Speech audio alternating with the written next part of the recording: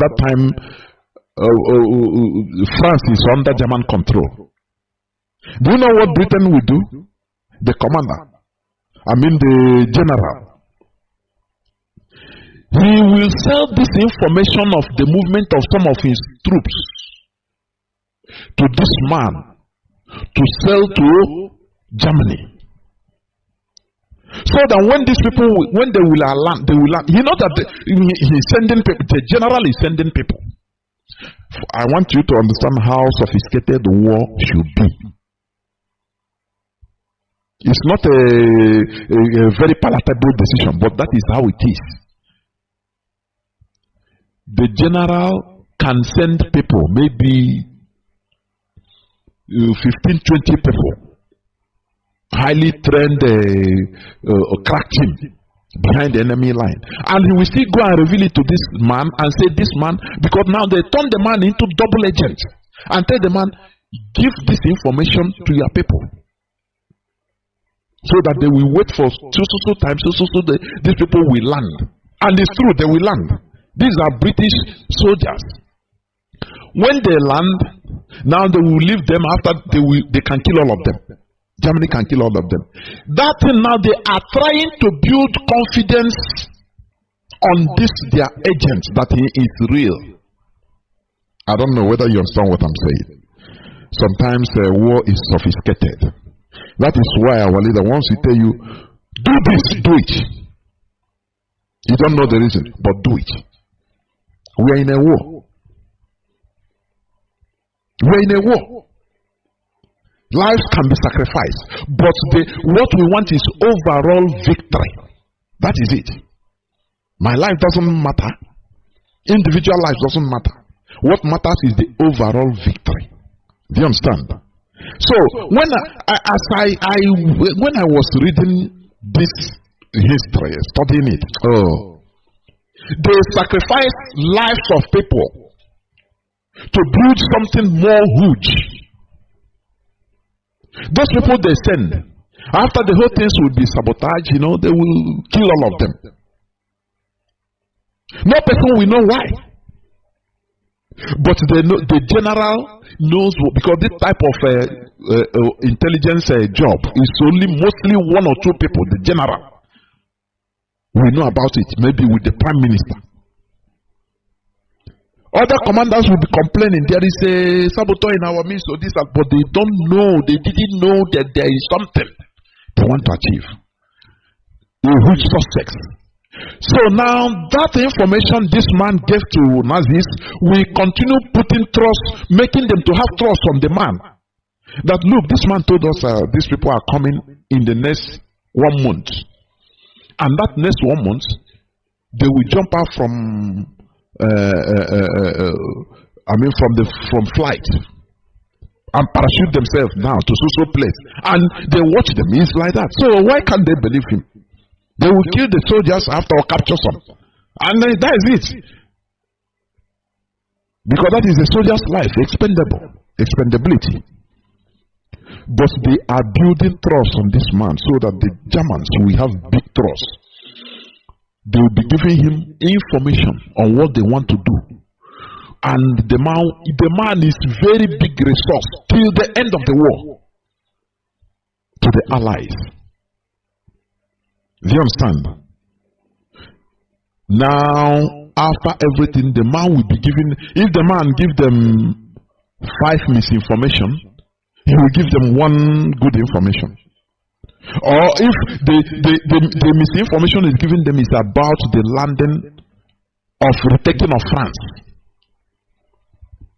Well, now he become the biggest asset of Germans as a secret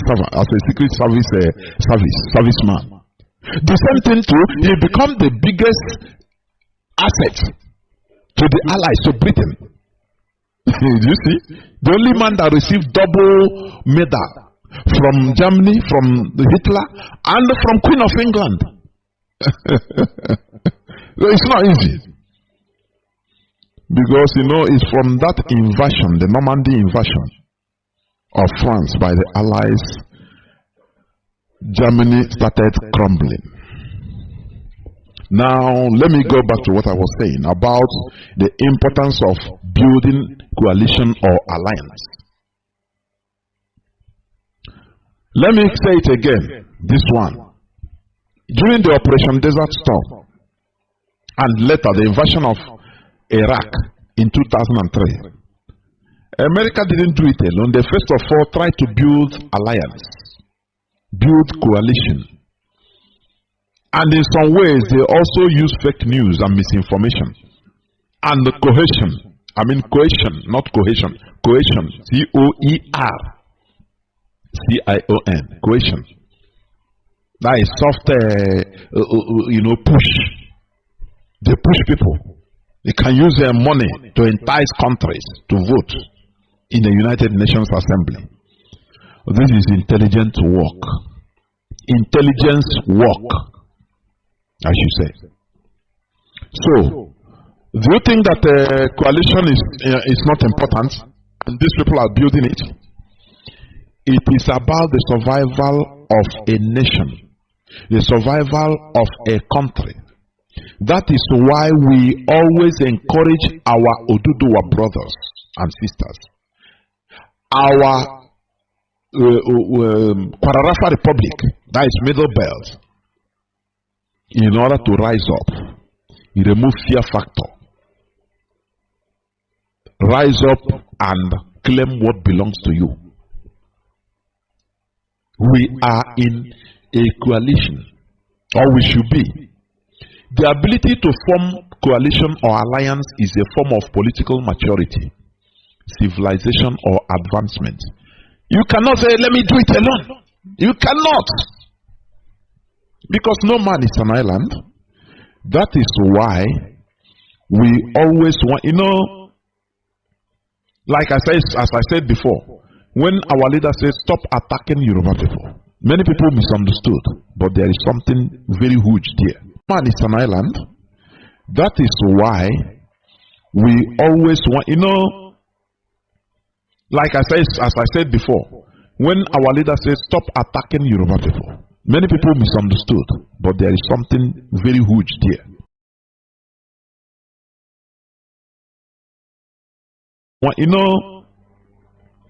Like as I said before, when our leader says stop attacking Yoruba people, many people misunderstood, but there is something very huge there.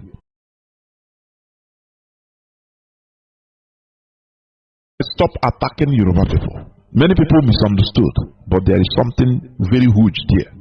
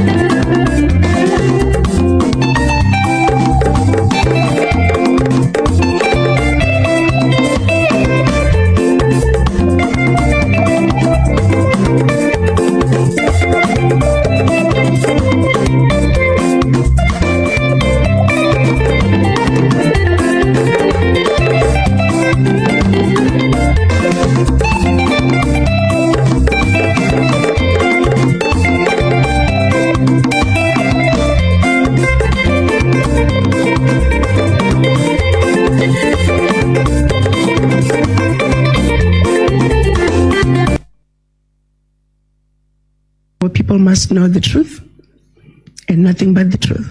France remains as a member of the UN Security Council, and yet France today remains one of the biggest perpetrators of human rights violations in Africa.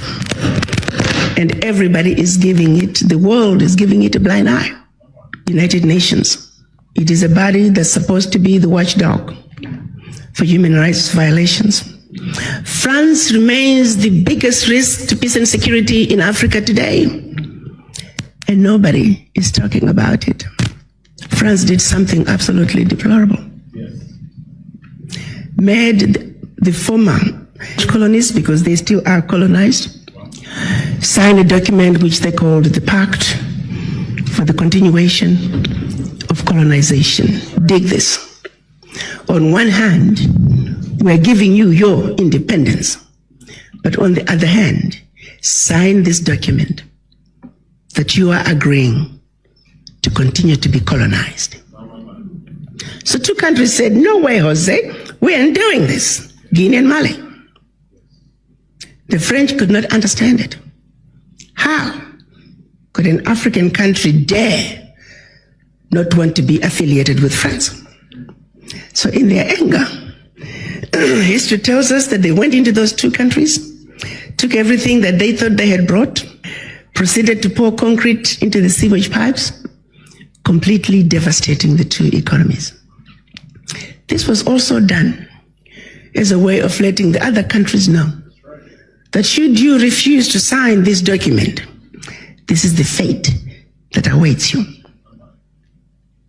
So the rest of the countries signed the Pact for the Continuation of Colonization remains in place. What is special about this? The Pact for the Continuation of Colonization said, 1, you shall deposit 85% of your bank reserves with the French Central Bank under the control of the French Minister of Finance. The French government will take all your monies, collectively invest your monies in the French stock market under the French name. And you don't have to know what the returns are. Should you wish to access some of your money, keep in mind that countries are now left with only 15% of their reserves. You have to submit your country's financial report, and if approved, you get to access up to 20% of your deposits from the previous year as a loan at commercial interest rates. I'm going to repeat that. Should you want to access some of your own money, you have to submit your own country's financial report. And if approved, you get it as a loan at commercial interest rate. So you go from having a humongous credit with France to now owing France for borrowing your own money, a loan that you'll never be able to finish paying. They also said, all your minerals discovered and yet to be discovered, French companies have the first right of refusal. You go to those countries today, all major contracts, French companies have the first right of refusal. The water supply, the power supply, the mining fixtures, the oil rigs, roads construction, airports, French companies have the first right of refusal. If anything is left, the people in your country may get it. They also said, your military can only be trained by France. You can only purchase military equipment from France. France shall have military presence in your country and can invade your country without notice if France feels that her interests in your country are being violated. In the past many years, we've had 67 coups in Africa out of 26 countries. Of the 26 countries, the coups, 16 coups, where 16 countries were former French colonies. To date, 22 African leaders were assassinated during a coup, documented all of them.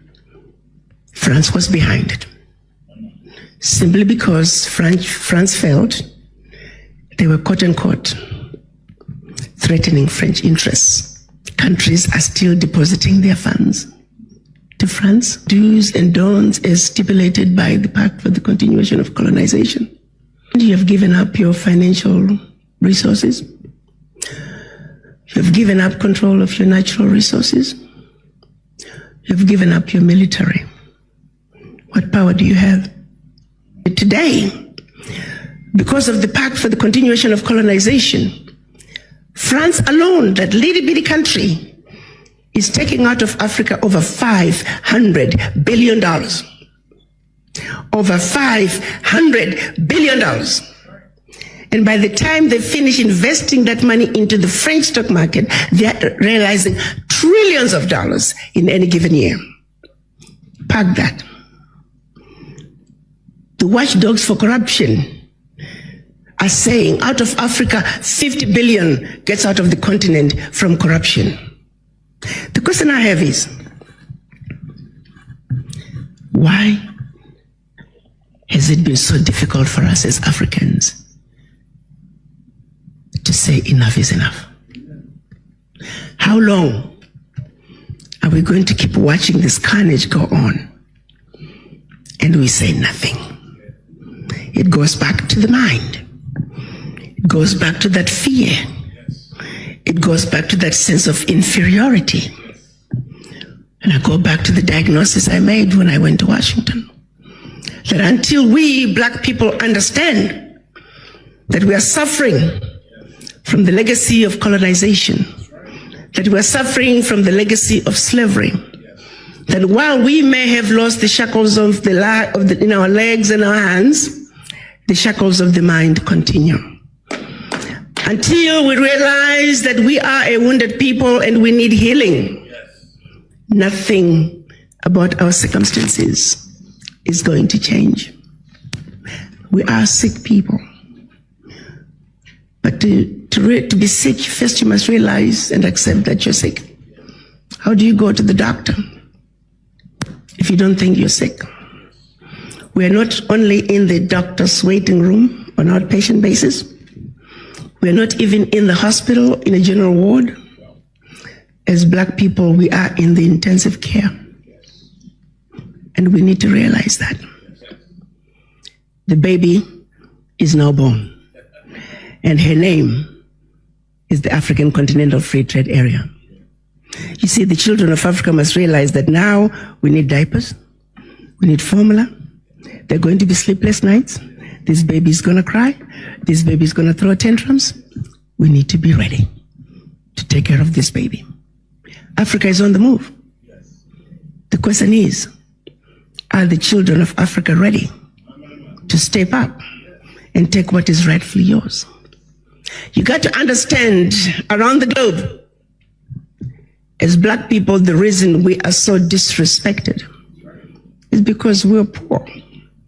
Most of us don't own anything. Singularly, while we were given our independence, the one thing that was denied from us is economic liberation. The African heads of states are saying, African wealth belongs to the African children.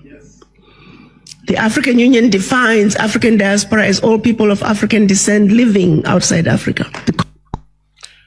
Good morning, good afternoon, good evening, and good night to a great Biafrans of freedom. Once again, good morning, good afternoon, good evening, and good night to a great Biafrans and lovers of freedom. This is Radio Biafra HAUSA-SERVICE coming to you through the auspices of Radio Biafra London. My name is Mazi Chinedu from Olu province of Biafra London. We are here live and direct. Today is the 9th day of the 8th month, being August 2023. Therefore, I welcome each and every one of you to welcome your friends and well-wishers, even your enemies, onto this hallowed platform, because today we are going to hear the voices of our deputy head of the directorate, Mazi, with other European coordinators. Therefore, I welcome each and every one of you once again. In the next less than 1 hour, they will be on this hallowed platform in order to talk to Biafrans. Therefore, do not miss this broadcast, please. This is our rallying point where it all started. We must continue in this hallowed platform. Mazi Nnamdi Kanu instituted it as a voice of liberation, the voice of freedom, a revolutionary radio, just like Fidel Castro did in the 50s when he started broadcasting from the bush, in the interior bush, about the atrocities committed by the then President Batista with the tacit support of the then American government of, John F. Kennedy at that time? Or, no, not John F. Kennedy, but the American government as of that time. Therefore, we must continue spreading this news. We must continue spreading this revolutionary news. All those things you don't hear in other mainstream media, we say it here without mincing words. Therefore, we must continue. Some people are, thinking or doing one thing or the other about this struggle, about IPOB, talking different things, doing different things. But let me tell you one thing. One thing is assured, that we are not backing down. IPOB remains one family. We are never backing down because we don't even have back. Are you hearing me? So, whatever the Nigerian government wants to do, they thought that they have attacked the center of gravity of IPOB, which is Mazi Nnamdi Kanu. That is what they think. Or that is what they thought. That once they attack the center of gravity of IPOB, just capture the shepherd and the sheep will run away. That is, we are not sheep in IPOB.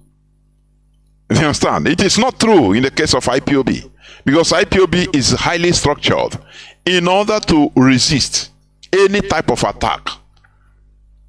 We have shock absorbers that is there in order to absorb shock, and we continue fighting until victory is assured. For your information, what is going on in the world today is showing pointing to the direction of African liberation. For your information, the puppets, the Western puppets that has been in power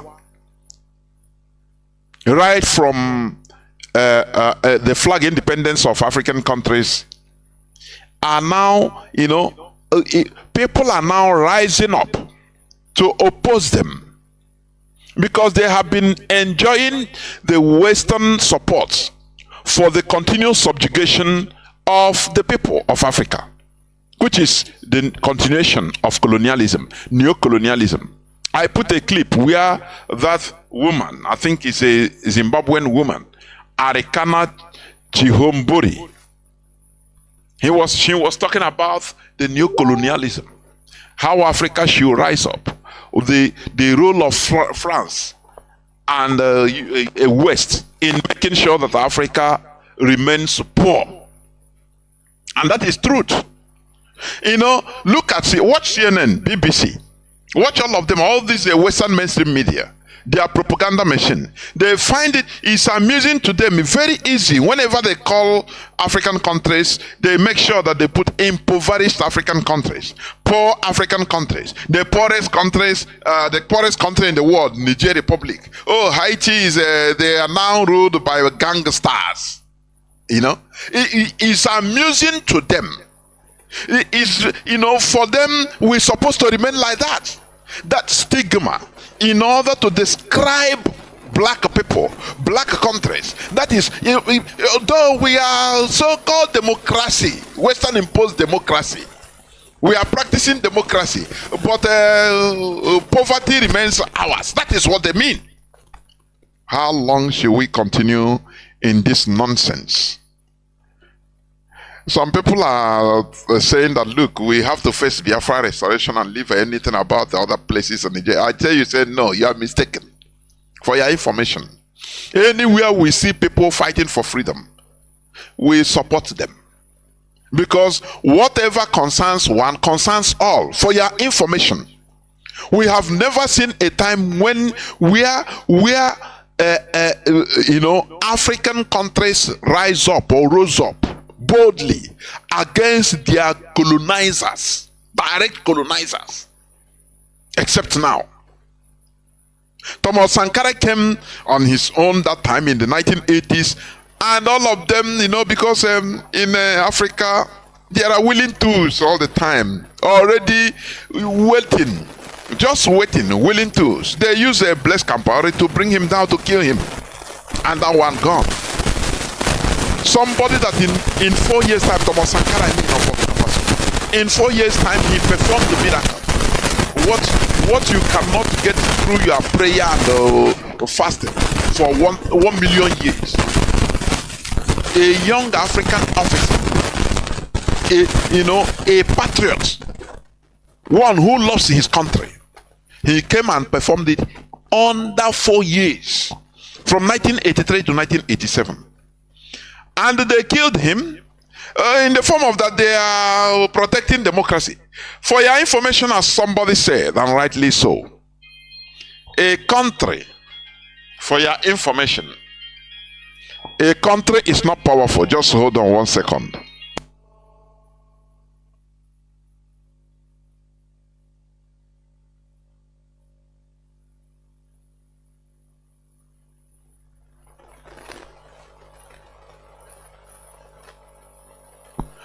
As I was saying, what makes a country powerful and advancing? There are three things, three factors that determine country, the powerfulness, the success of a country, of a nation. Number one is the economy, the economic power. Once a country is economically advancing, that is number one. Number two is military might.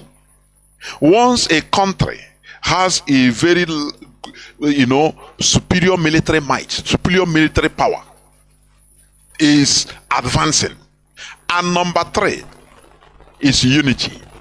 Once a country is unified, once they love their country, once the population are unified, have value, focusing on their country, once the population are patriotic, forget about it, the country advances. There is no place, there is no democracy or not democracy. Democracy is just a system.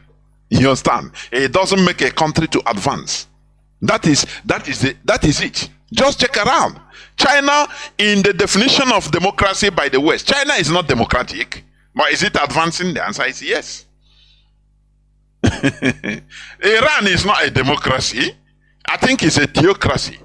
But is it advancing? The answer is yes. Because they have military might. And their economy is going on well, fairly well. They are moving on. Different other countries with different systems except democracy. But in Africa, they come to impose, this their fake democracy, which we people, Biafrans, it is our life. We are Republicans by nature. But now they brought it to us. Just like England. UK is teaching us to what do they call it? Women rights or women equality. When Britain entered into Biafra land, they saw that we and the men and women in Biafra, there is no discrimination. Women also partook in governance of the community, of the nation. Britain, because that time, Britain even, women we know the way women are being treated in countries like Saudi Arabia today. That is how women were treated by United Kingdom. Those that we are now teaching us how to be women equality. Do you see how these people, we have fallen so low in order not to understand that they learn all these things from us? It's very huge. You understand? Britain came to our land. To their amazement, to their surprise, they saw that we don't discriminate, that women partook in power, unlike them, where they relegated women to the kitchen. You know, Buhari, he said women are for kitchen and the other room. That was exactly how United Kingdom were treating their women. Until early 19th century, for your information. That was when women started at least having a small liberation in the land of United Kingdom, in Britain, in England. But they will not tell you this. Oh, they brought us civilization. Who tell you that? Are you crazy? Because you don't study history. That's why. Women in United Kingdom, they didn't have no single right of participation in political affairs. Women, they belong to one room and other, or I mean to the kitchen and other rooms. You understand? When they came to our land, they saw that our women are politically active. We were Republicans. We are Republicans in nature. We ask questions. Somebody shouldn't impose his ideology on us and we accept it. We ask questions and they became dismayed. Thus, they try to kill. Try to stifle that women right in our land, which is natural in our land. And one of the ricocheting effects is the 1929 About Women protest that brought women out to protest. If our women we are not politically conscious, they wouldn't even understand what is protest. Have you ever had a Saudi women protest in Saudi Arabia? Do you understand? But these are, now it is Britain that is coming to teach us. The West are now teaching us women equality, this and that. These are hypocrites. We are falling so low because we didn't know our history. Do you understand? We don't know our history, the history of we Igbos, we Biafrans, we black people. We don't know. That is why we have fallen so low. Now they brought to us democracy, so-called democracy, and since that time we have been poor, and they find it's fun to them. They love it when they describe Africa as a shithole, as a miserable country, as a places where they are corrupt, fantastically corrupt. Now when Africans try to rise up in order to deliver themselves of all this mess, the West say no, you must remain there. That is what is happening. Do you understand? The people of Niger have spoken, and now what do you know? They are rising up people, Africans, to hew down Africans. Do you see the irony? That is the system they have been using right from the time of slavery. They use Africans to capture Africans. They use Africans to fight and colonize Africans. Today they are doing the same thing. They are using Chinedu, who is as somebody described him. They called giant. I watched somebody in French talking about Chinedu, and he said, let Nigeria go and fight. Let us see. Let the use. He said Nigeria has never been Pan-African. No Nigerian president, no Nigerian intellectual has been Pan-African. No, none. They have been let me tell you, Nigeria have been a mess, but now Nigeria is now even among Africans, among West Africans, Nigeria has now become a shithole. They call Nigeria slave to the West for Chinedu being used in order to invade Niger. And if he didn't do it, shame will be on Nigeria. More shame will be onto Nigeria. I'm telling you. Let them go and do it. Let ECOWAS go and do it. Because this is a fight between the politicians. I mean the West African politicians. All those corrupt Western puppets, ass lickers, between them and the whole millions and millions of population. The population are solid. The population of Africa, all. When you watch social media, the African population are solidly behind Niger Republic. Do you know why they want Niger by all means? You know, Niger Republic has a very vast land. A very vast land. You understand? And mostly desert. So they feel that they cannot control. Now America has the largest station of drone station in Niger Republic, the largest in the world in Niger Republic. But they cannot fight. They cannot defeat Boko Haram. They cannot defeat the terrorists coming from Libya and other places, not Africa. No, they cannot defeat them. France have their own contingent of military contingent. Italy has, Spain has, different Western countries they have in Niger. That is why Niger is so important to them, with the uranium deposit there, because they need it in order to fire their countries. You understand? Their nuclear power plants, they need the uranium from Niger. That is why they are going basic. And they are using all these politicians in order to make sure that their interests, the Western interests, are being maintained at the detriment of the population.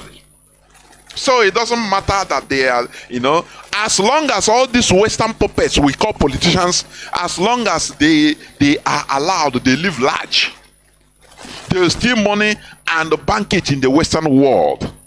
They will steal the whole money and bank it, and everything the West say, they say yes sir. The population continues being poor and poor and poorer and poorer, and they will come out on CNN and say African poor countries. Look at Haiti, what is happening. Virtually power vacuum in Haiti. And are you when they are announcing it, when they are talking about it on the Western mainstream media, just watch them. They find it fun. Talking about Haiti, they are gangsters, they are, they cannot be uncontrollable, they show you the photos of where they are burning people, they are burning property, different things. But they will not tell you that they are the people. The West is, they are the cause of what is happening in Haiti. They don't tell you that. That is one thing they hide. They don't tell you. They don't tell you. They made Haiti pay for being liberated from slavery, for liberating themselves from slavery. France, gathered the whole Western countries and imposed sanctions on them that they should pay for liberating themselves from slavery. The same pact France has imposed right from independence to the so-called Francophone countries. They wrote it openly. That is what all these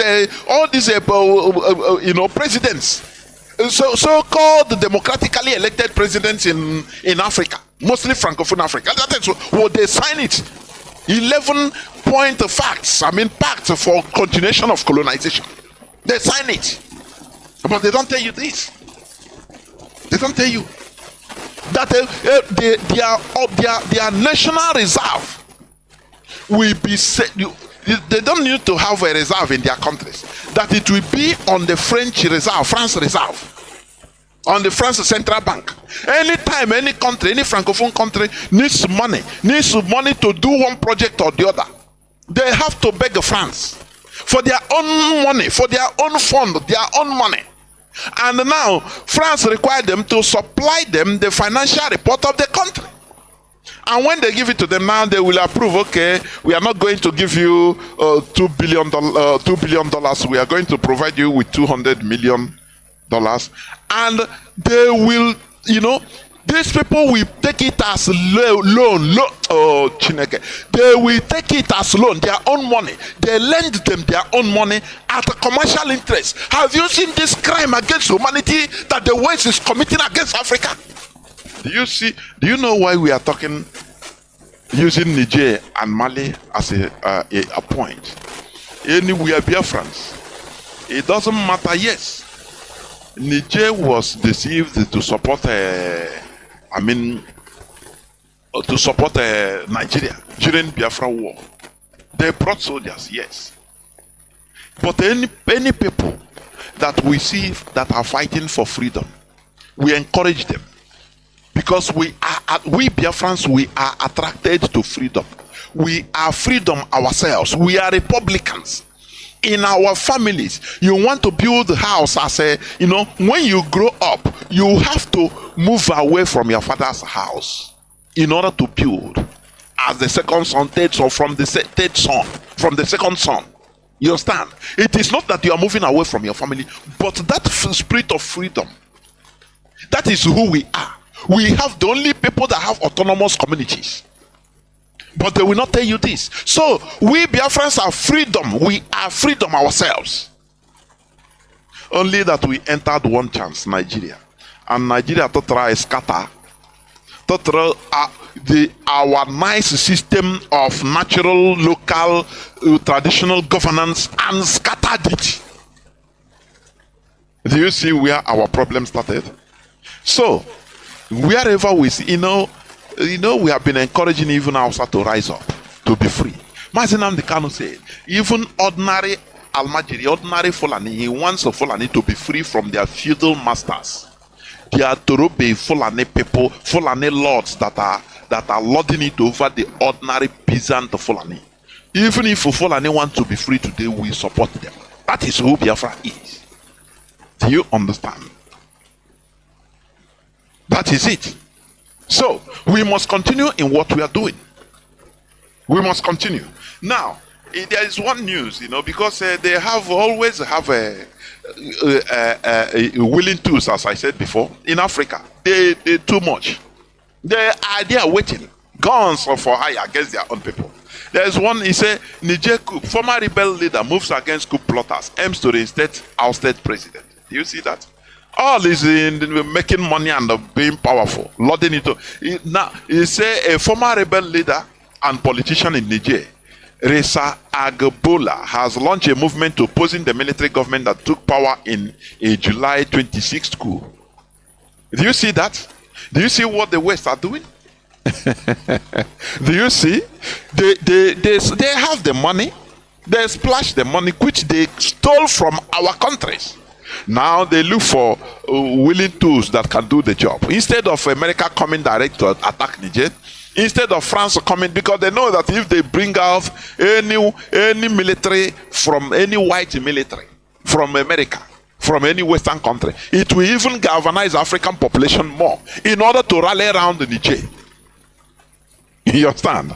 After all, ask America when they what happened between in 1967, 68, 69, I think. The Vietnam War. What happened? They ran away. They ran away. Cambodia the same. Indochina. France the same thing. In Afghanistan, they ran away. That is it. So, what they are not protecting. They have to use one excuse in order to come in. Oh, democracy. No, we want to protect democracy. Oh, you protect democracy, and the people are poor, and you are happy mentioning it all the time that they are poor. You have your free of charge drone base, the largest drone base in the world, American drone base outside America, in Niger.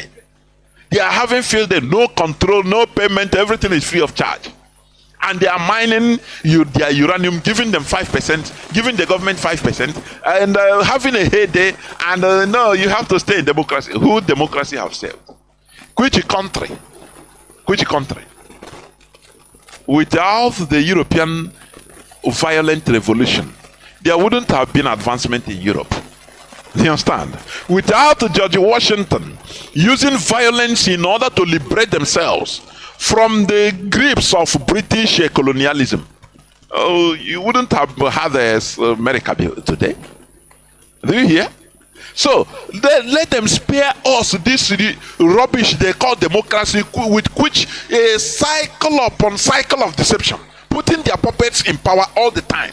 That is what they call democracy in Africa, and we are buying it. Is Tinubu not democratically elected in Nigeria? Oh, democracy. Kamala, Joe Biden, they are rubbing with him because they know they have to use him. That's what happened. That's what happened. Is not even election. It's just simple selection. But for America, it's democracy. After all, British Catherine Liang that time he confirmed it.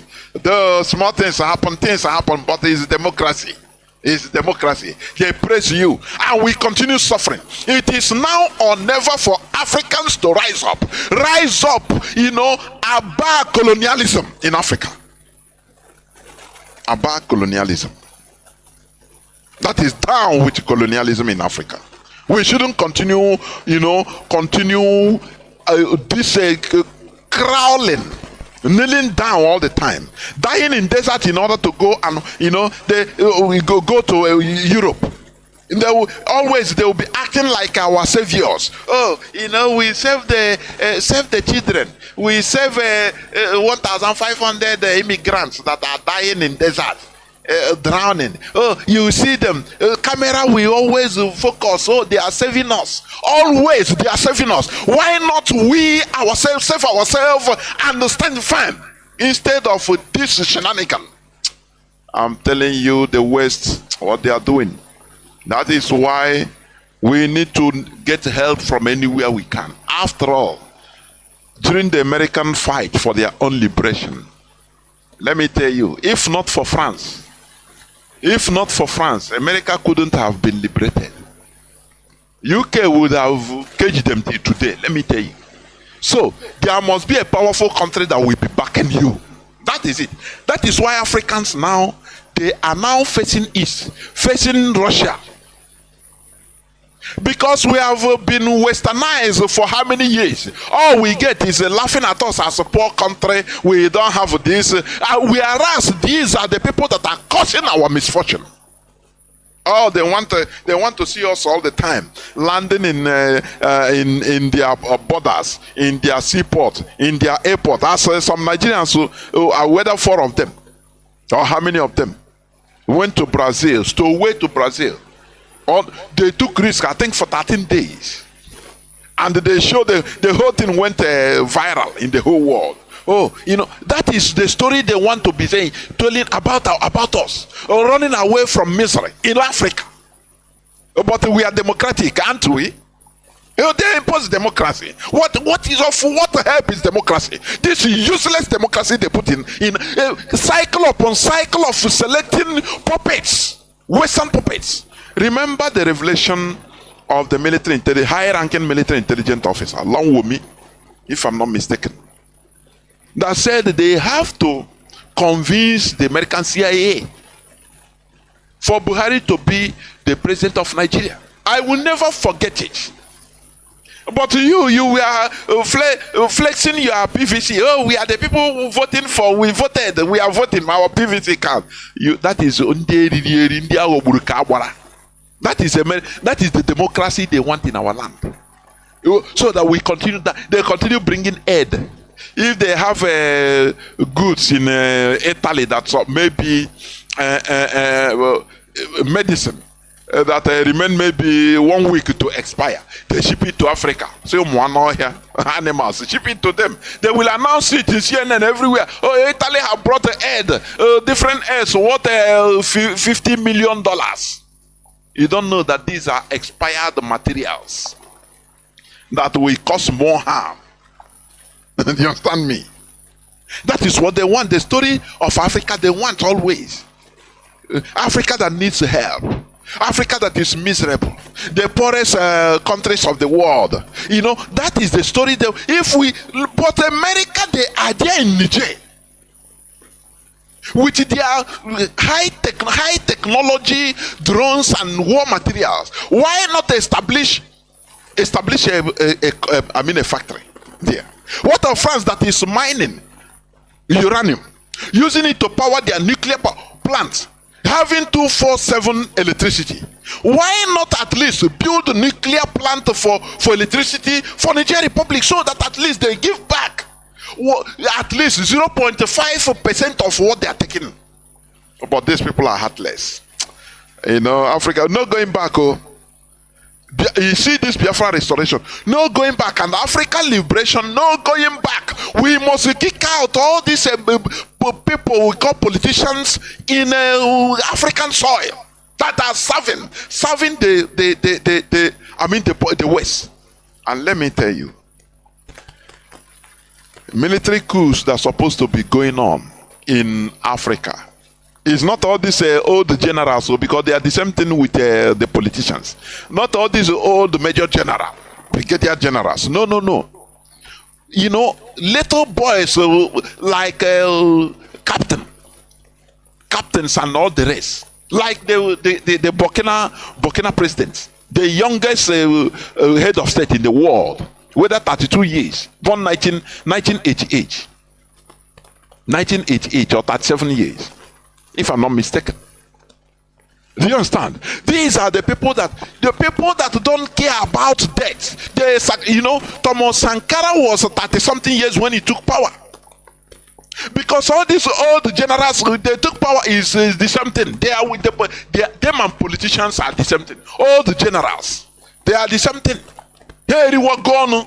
They know when case mayor, but in the banana young men, military men, you have to be ready. Look at what is happening in Mali, in Burkina Faso, in Guinea. But look at in Nigeria. Look at their military. They are crying. Nigerians, man, help us. I'm a Nigerian soldier. Even I'm a corporal. I'm a captain.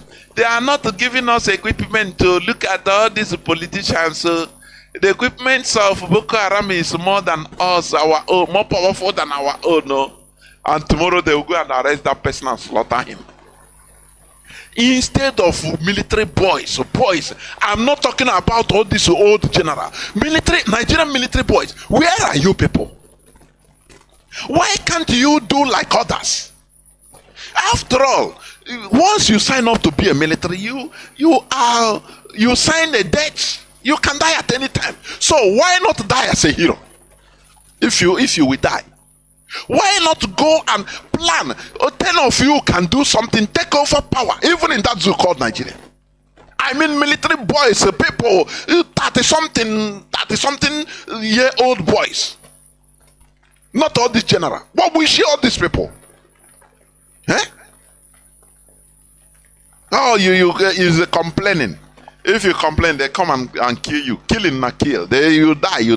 Die for nothing. Why not die for something?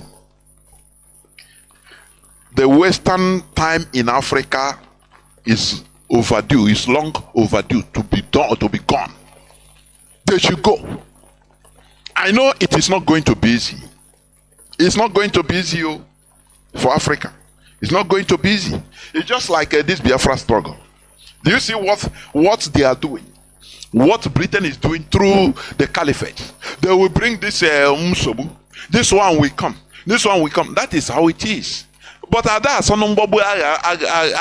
now, every advancing country, it started like this. For your information, it will not be a bed of roses. If you want to be a bed of roses, if you want to live a life of bed of roses, let me tell you, you continue being a slave. You continue being slaves and nothing more. Okay? There must be you must just like a pregnant woman. Before putting to bed, the woman must go through labor. That is true. A woman must go through labor. That labor is painful. But after the labor and postnatal issues, now, laughter or wrong. America, you see today, you are enjoying today. I'm an American citizen. I have a blue passport, American passport. Do you know how long it took them? Wumblings everywhere. Do you know? Do you know how long it took them? They wumbled for almost 100 years. And after it erupted into I think in 1865 or something. Do you understand? So at that, it doesn't mean that what we are doing, that there will be no problems. No. Everything will be bed of roses. It's layo, matakwama, it's lie. We must experience all things, and that is what the stage we are in. If we say let us continue now, we don't want peace, we don't want problem. All we want is peace. You don't ask for peace. Peace comes naturally. It's a byproduct. Peace is a byproduct of war and violence. Do you understand? The Europeans fought wars. The Visigoths, German citizens, Visigoths, and all the rest of them. The Vikings of the Northern Hemisphere. Now they have the Vikings as a secret society. But go and study about the Vikings. I mean, it's a cult is in Nigeria. Go and study about the Vikings. These are people that warriors, Vikings of the Scandinavia. They torture the mainland Europeans, let me tell you, because they move like lightnings. The Vikings. All these people, they suffered.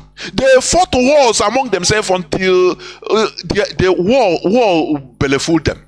Make I talk them like that. German and they were Visigoths. When they were Visigoths and the German tribes, they fought wars until war bellyful. They want to kill themselves into extinction. War bellyful them. They say, oh boy. They say, oh boy. Let us make peace so before we kill ourselves. According to history, they say one time Germans kill about more than 30% of their population in wars. They want to destroy themselves into extinction. You understand? So that is the thing.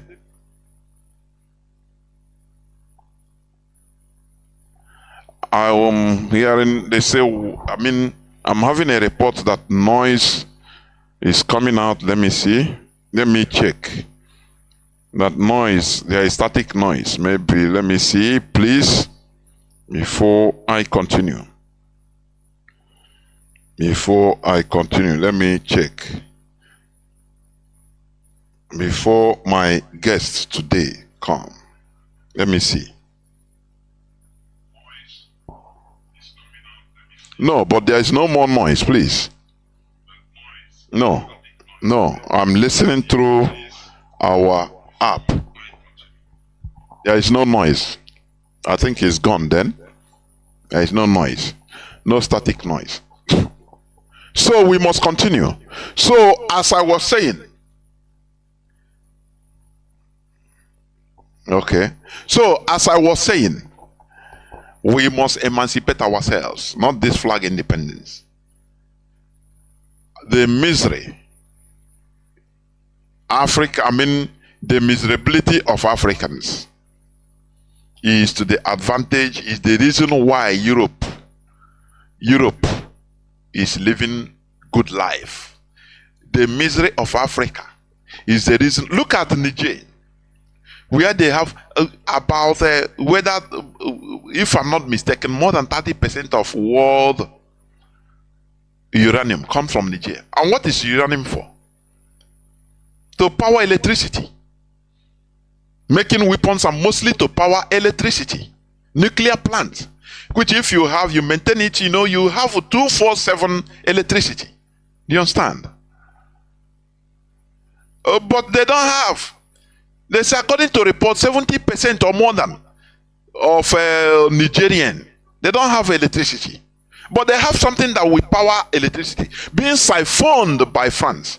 And in France, they are living, having 24 hours, 24/7 of electricity. Is this world the balanced world? Jacques Chirac in 2008, he said it. Former French president. He said without Africa, France will be poor. For your information, France is enjoying because of Africa. They are stealing from Africa.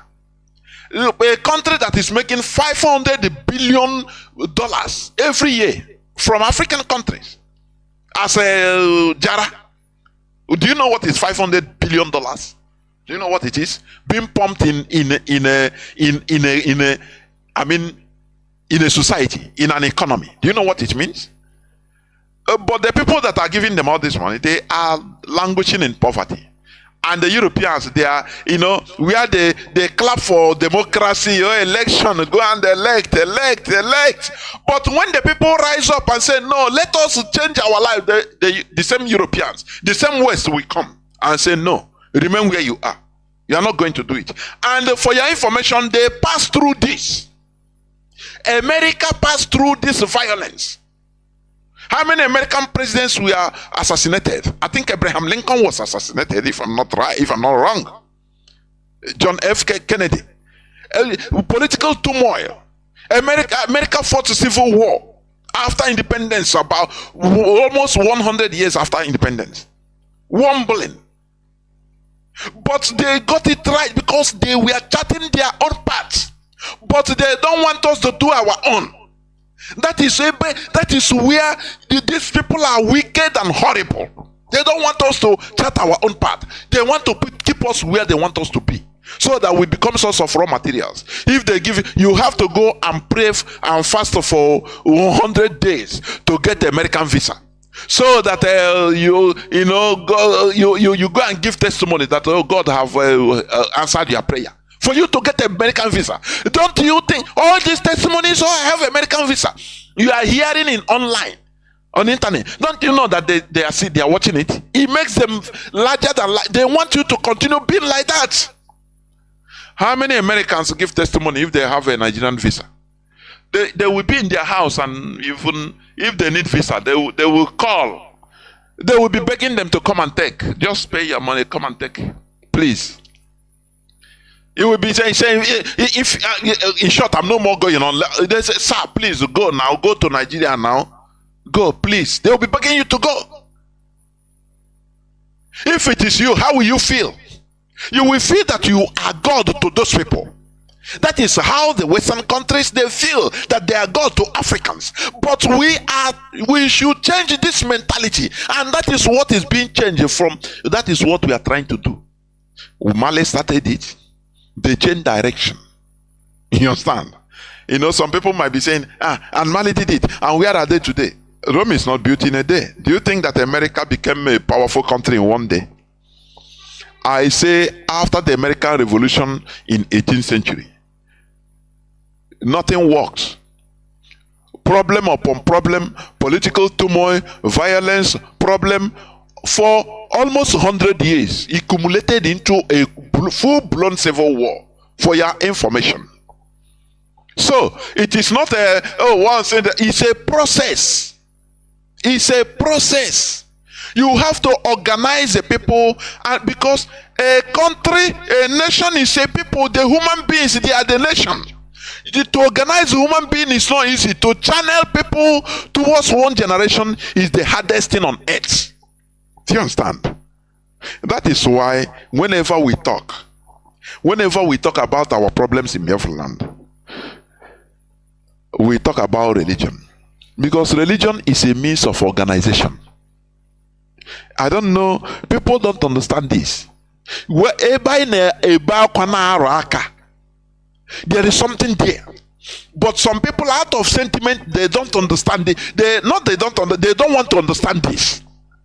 Before you develop a country, before you sanitize a country, you must first of all organize the country to have a focus. We the Igbos, we are everywhere without direction, because we are not organized. There is nothing that organized us. The religion they brought that should be an organizing factor, it become a divisive factor to us in our land.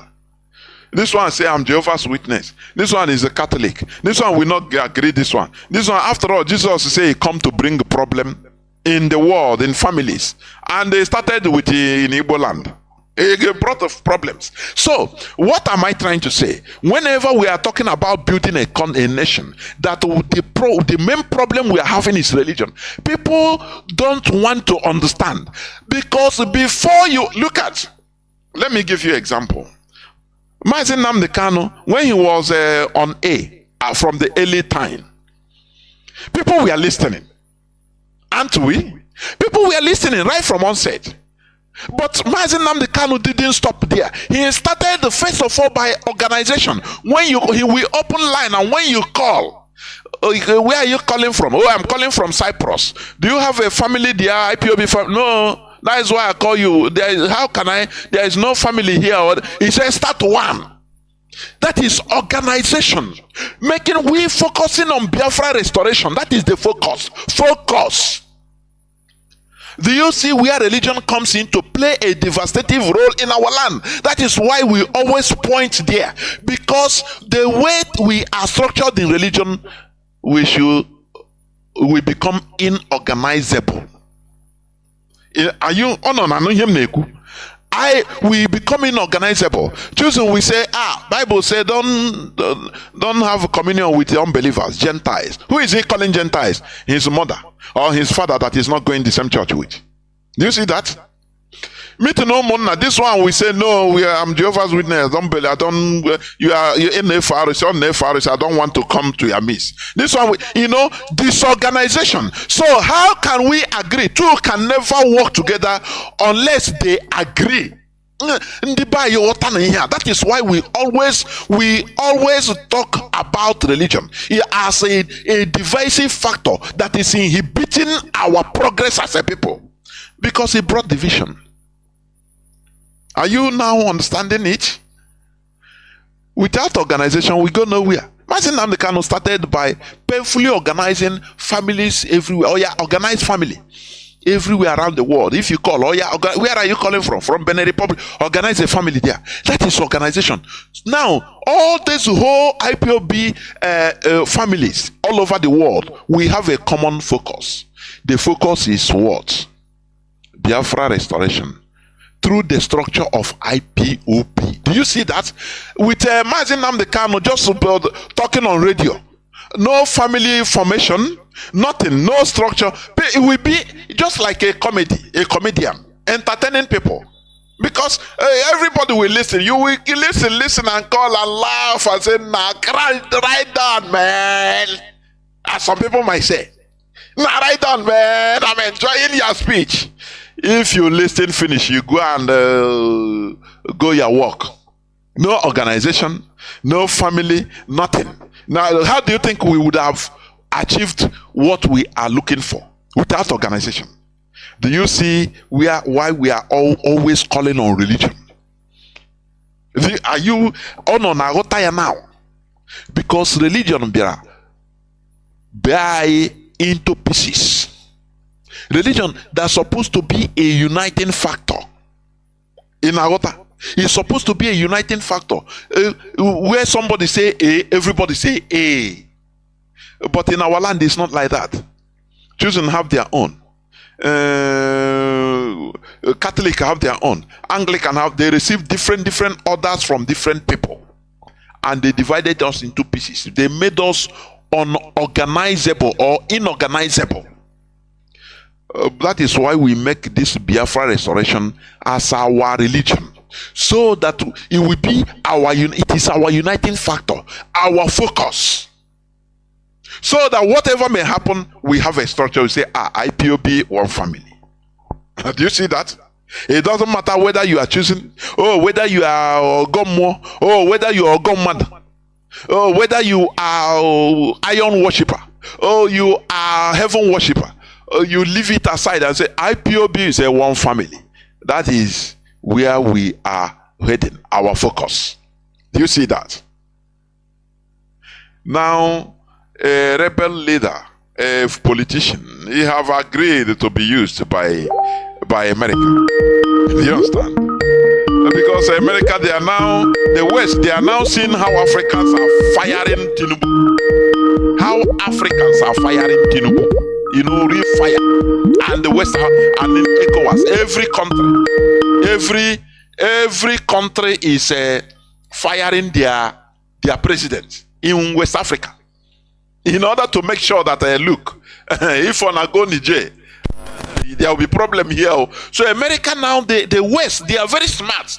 They are now seeing that African population is coming down. They are rising up. They will not allow their presidents to do this job. So they want a willing tool in Niger Republic, so that people will no more talk about their presidents, ECOWAS presidents.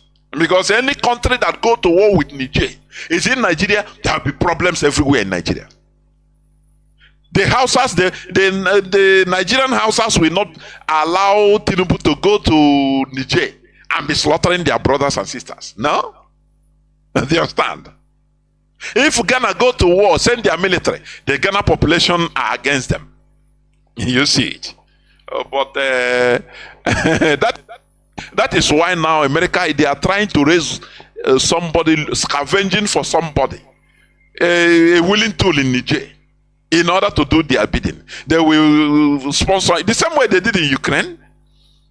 Do you know that in Ukraine 2014 they did is it that Orange Revolution where American-backed people, the America backed the people to remove democratically elected president.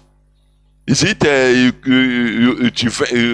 Yushchenko or something like that?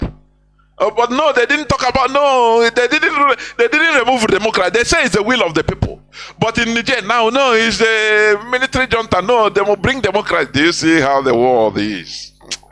Let me go. I will bring. Let me stop here. People are picking. As I used to say, I have not been coming on air as so, but within short time I will bounce back because there are things I'm regulating personally, privately, but I will bounce back.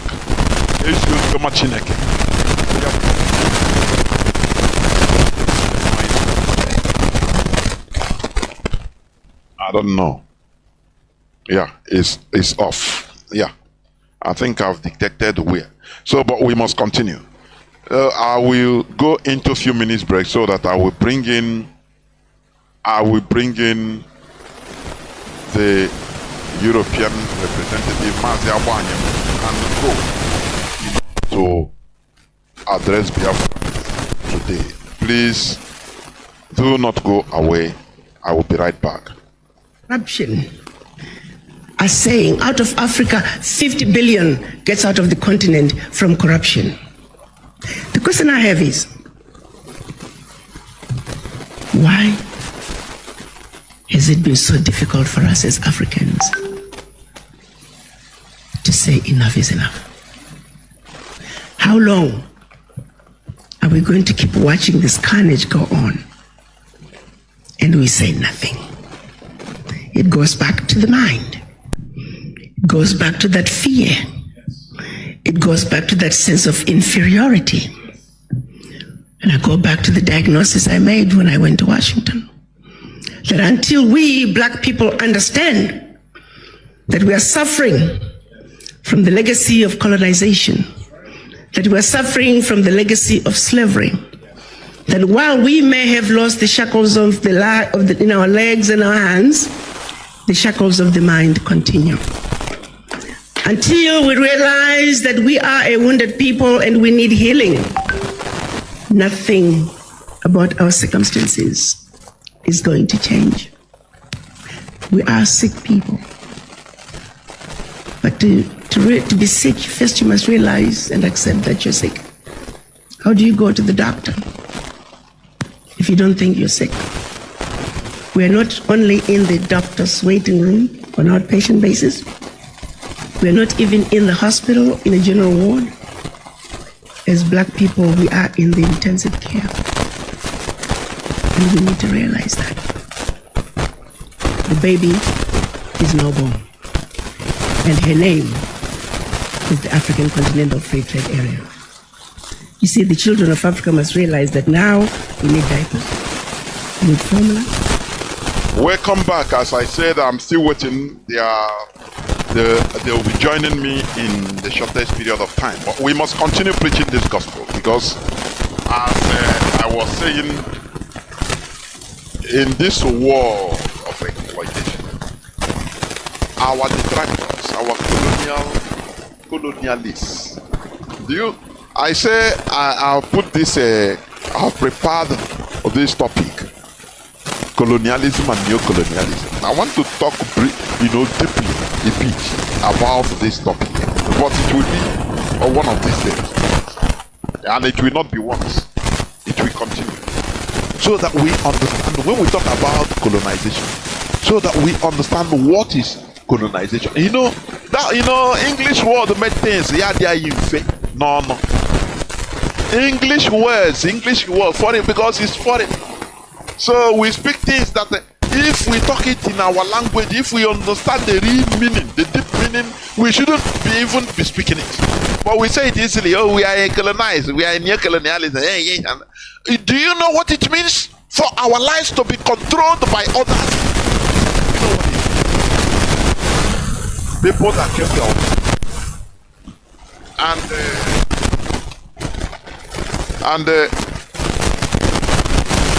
you see the going in the streets of our land, and they will see where our ancients gather.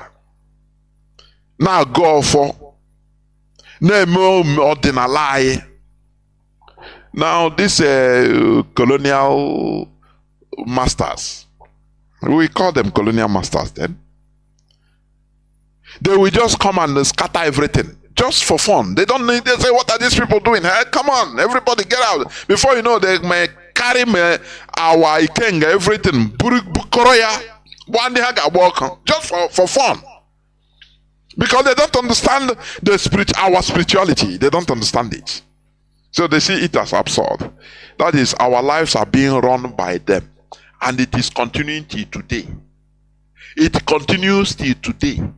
Do you understand? That is what colonialism has caused. They dominated us physically and spiritually, economically, militarily. Anyhow, our mindset, they dominated. But it's a very big conspiracy. People that are, the kings and prince and princesses, we are now relegated. We are now relegated to slaves. Do you know that the king of, Ethiopia once conquered the known world at the old time? Do you know that? Do you know that the river Ganges of India, Ganges, it was named after an Ethiopian king? Do you know that? Do you know that? When Africa before was called known as Ethiopia, or Nubia, or Abyssinia, or Kush, that is Africa, or Akabulon. That is Africa. They conquered up to India. There are many things. There are many things, but I will bounce back. Honestly speaking, there are many things we need to be revealing. We are now relegated to miserable people. We are now relegated to that laughing stock, world laughing stock. Do you understand me? Prodigal sons and daughters, we are now relegated, and we are not thinking. But this message, do you see? Let me say this: do you see social media? Do you see social media? That is, let me say, the best thing that could have happened to us as Africans. Social media. Forget about some people that are using it, that is social media is an institution you can learn. You can learn things from social media. And the coming of social media exposes many things, and that is, had it been in the West, if they know that it will be like this, they wouldn't have liberalized it. But it's too late. It will never go back again. And that is where Africa is rising. Anything that happens in one place will go viral, will be seen real life everywhere around the world. So we are telling Tinubu to go and invade Niger. He must invade Niger. Let them stop scavenging for somebody in Niger, one vagabond in Niger that will be used. In the same way they are using a Ukrainian president. That embattled man. Even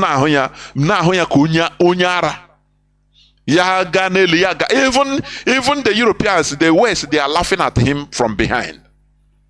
That man, that Ukrainian president, being used. You understand? So, what am I trying to say? Africa, this is our time. This is our time, oh. You understand me? This is African time of renaissance. I am always saying this, that this is our own era of awakening. And there is one thing I'm seeing. We have been laughing so-called the Francophone Africa. But let me tell you, they are rising up. Look at Ghana. Look at Nigeria. Been playing puppets in the hands of Europeans. Look at Nigeria. This thing, at least Mali now is really independent. I read that even Burkina Faso is trying to gather trying to make their own money. They call Faso. But Nigeria is still there, puppeting, because the caliphate is being favored by Britain in order to use it to destroy black race. They thought that they are destroying Biafra. No. We must come up. We must liberate. We must get liberated. What they are using, Nigeria is a failure. Is a failure to Africa. Africa should know this. If you are hearing my voice, even if you are not a Nigerian, you are an African, but whether you are Black American, know that Nigeria is a failure. Britain is using Nigeria in order to put Africa backwards. Do you understand? Tinubu is trying to go and rescue one man, Mohamed Bazoum of Niger, democracy. Whereas Boko Haram have been there in Nigeria since 2000. They have been there. How many years today? They are not. Nigerian life don't matter, but one person's life is what matters to him. Don't we have shame? Do you see when Trump, one American citizen, being kidnapped from Niger down to the northern Nigeria? He mobilized millions of dollars worth of equipments and human beings in order to rescue one American citizen. But in Nigeria, lives don't matter at all. It's very cheap now. They position everybody to continue pursuing God they did not see to be solution to their problem.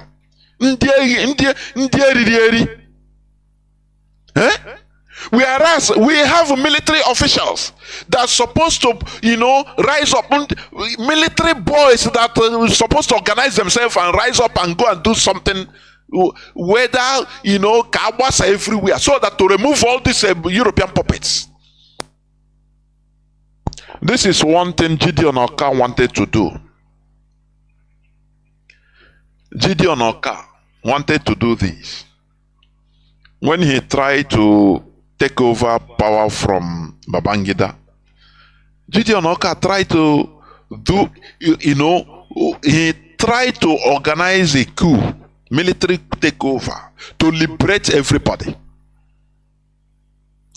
But he's still one of the people that, brought back, sabotage the whole thing. Ike Wachuku, you are seeing.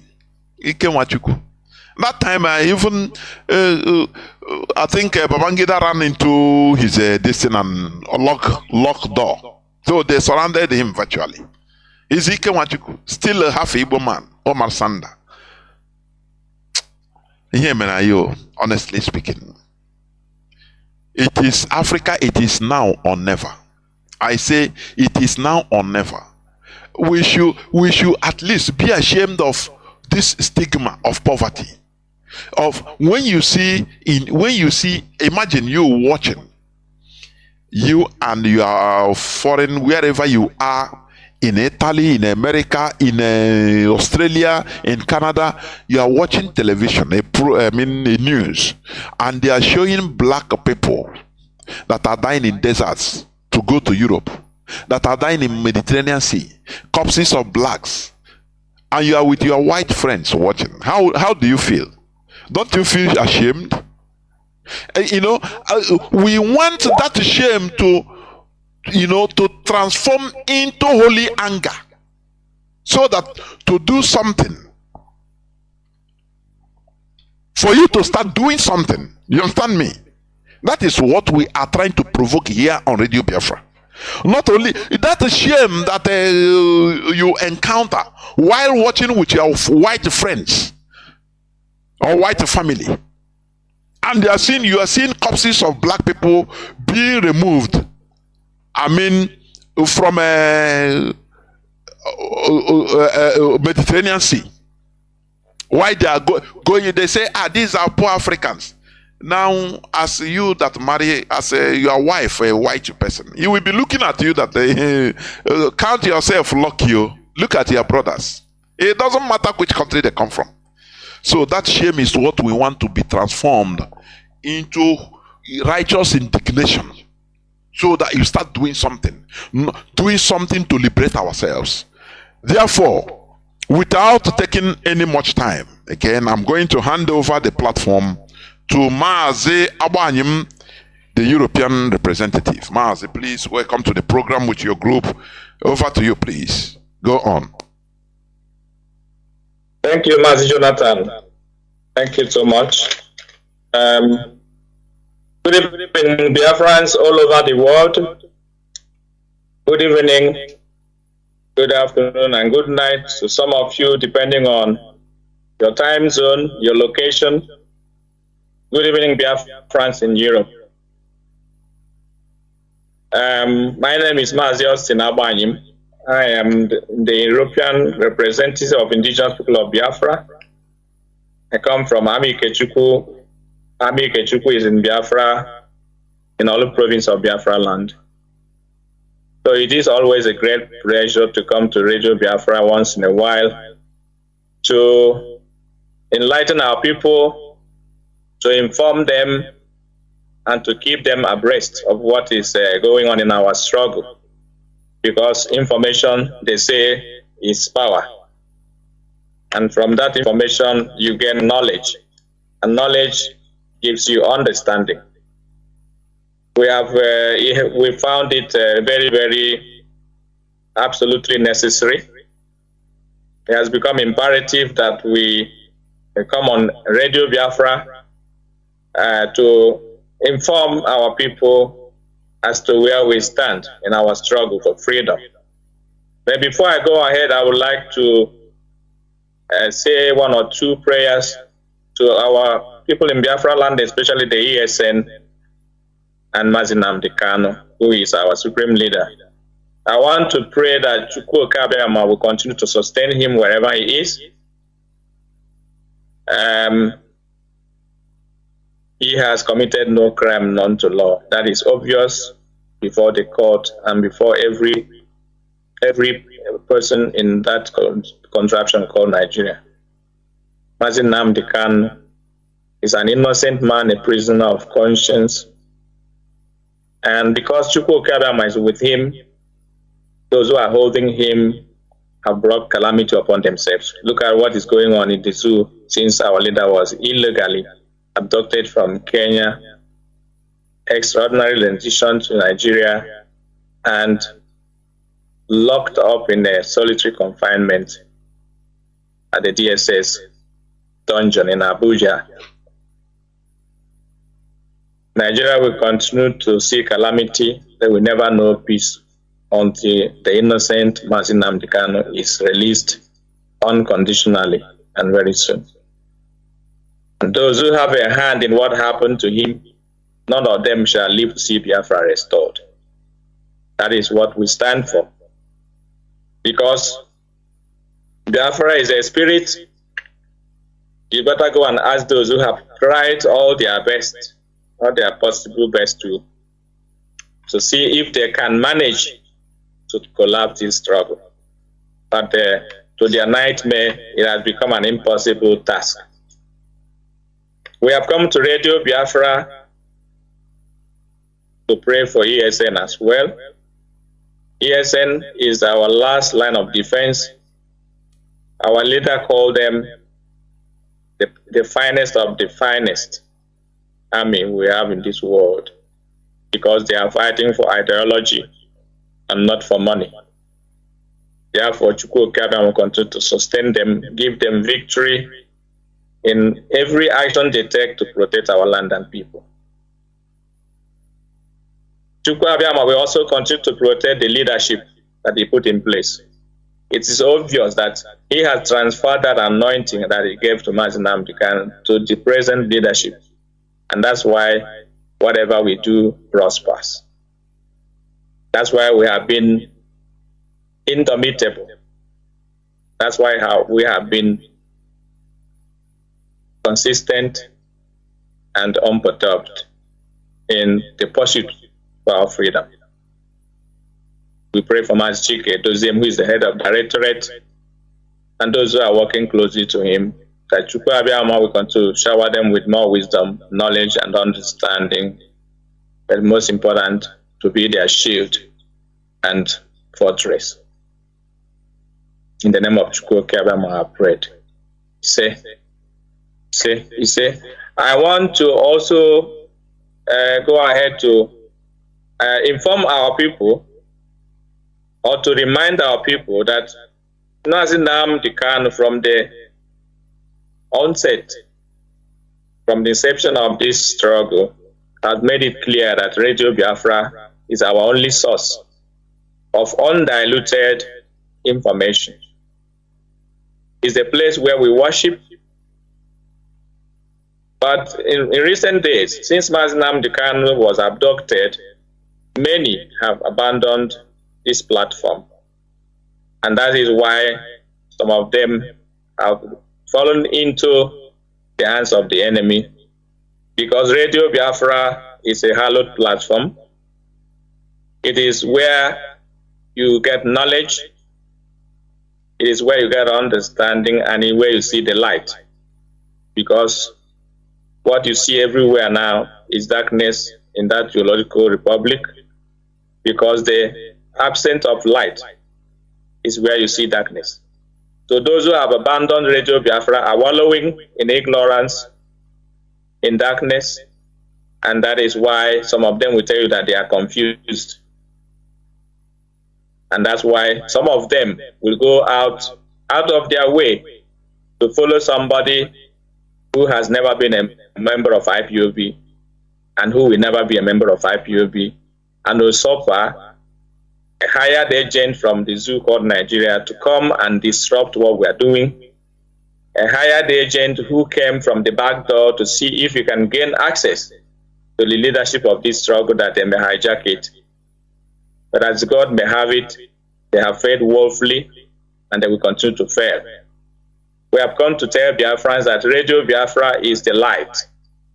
It is the light unto your feet and the lamp unto your path, according to Psalm 119, for those of you who are Christians. Psalm 119 says that. So if you miss Radio Biafra, you will be wallowing in darkness. This is where we worship. So I want to use this medium to encourage our people. Those who are rushing to Facebook or YouTube to go and get their information, bear in mind that most of the channels where you go, what you hear there are the things that are bringing confusion to your head. Because those guys who are, there, some of them are there to make money, so they have to tell you what you want to hear. And by hearing, you become corrupt, you become confused. Come to Radio Biafra and get undiluted truth to help you understand and digest where we stand in this struggle and where we are heading to. Mazi Chinedu comes on Radio Biafra to give you information, undiluted information as to what is happening in Biafra land. Mazi Chinedu, the head of directorate, do come to Radio Biafra to make important announcements. Once in a while, Lola Kanu, the wife of our leader, also comes on Radio Biafra to address Biafrans. And whenever she speaks the mind of her husband. If you believe and truly believe that you are a follower of Mazi Nnamdi Kanu, you do well to listen to these people. And as also we have come to this platform to speak, we are speaking the mind of the leader of this struggle. So therefore, we want Biafrans to be aware that there is fire on the mountain. The recent happenings in the struggle is self-explanatory. They have closed our account in Germany. and turn around to point fingers on Chinedu and the rest of us. They close the account in America, they turn around to point the fingers on us. But we all, those who are close to this leadership, those who are constantly listening to Radio Biafra, we know the truth. We know that the enemies have come to collapse this struggle by all means possible. First of all, they want to collapse our finances. That is one of the pillars of this struggle. That's why they are frustrating this leadership of funds, so that without funds we cannot run the struggle and everything will collapse. But we are always 7 steps ahead of them. They have also attacked the ESN, which is another pillar of this struggle. They claim that they are ESN themselves. They change their names all the time. They change their titles. They claim to be disciple of Nnamdi Kanu. After being a disciple, you become the prime minister or crime minister, trying to then overthrow the person you're supposed to be following. They made promises to Biafrans that Biafra will be restored in 150 days. Nobody's asking questions. That 150 days has come and gone. They also boasted that they have acquired fighter jets to destroy the zoo called Nigeria. Nobody's asking the question, where did you park the jet? They also boasted of having warship that is going to come and destroy Nigeria. The gullibles keep following sheepishly without asking questions. That's why it is absolutely necessary that you come to Radio Biafra, get enlightenment and get knowledge that the people that we have in our land, we have come to to save them, to protect them, because Mazi Nnamdi Kanu saw this many years before they are beginning to unfold in our own eyes. That's why we are doing what we are doing. We can never turn around to kill the same people we have come to protect. But those who claim to be fighting for Mazi Nnamdi Kanu's release are the ones killing the same people they have come to protect. Killing poor market women who are coming out on Monday to do their businesses, you kill them. You put a seat at home for 2 weeks so that those who are the peasants who must come every day to make their living, you keep them indoors so that they may starve.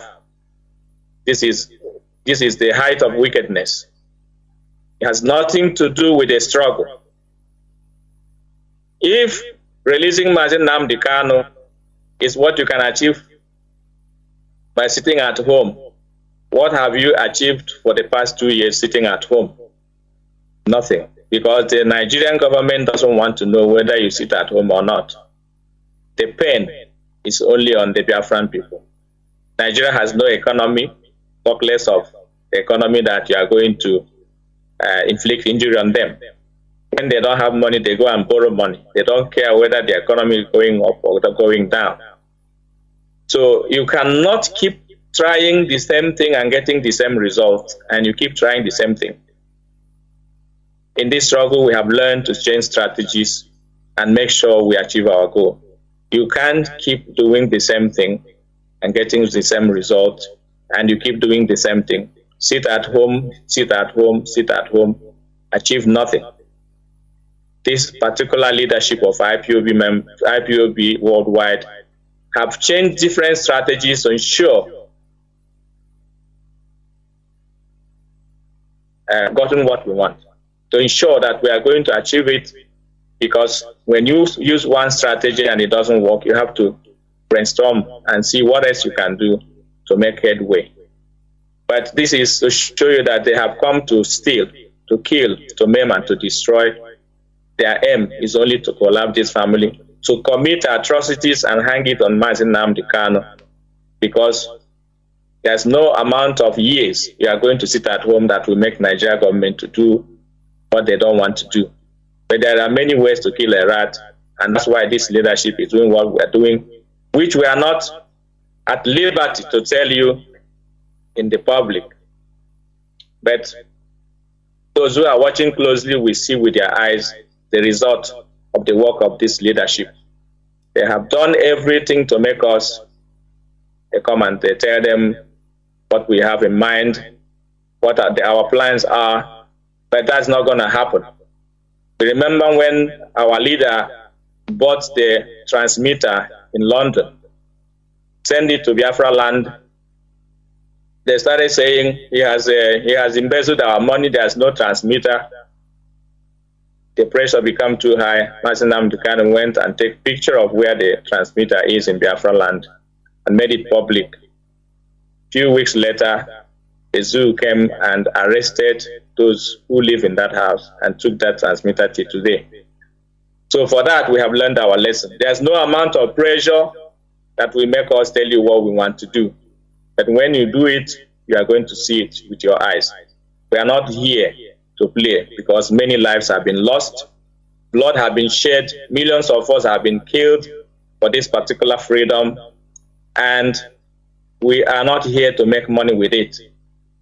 We are not here to make money. Some people who call themselves relatives or siblings of Mazi Nnamdi Kanu has the mindset of turning this struggle to a franchise.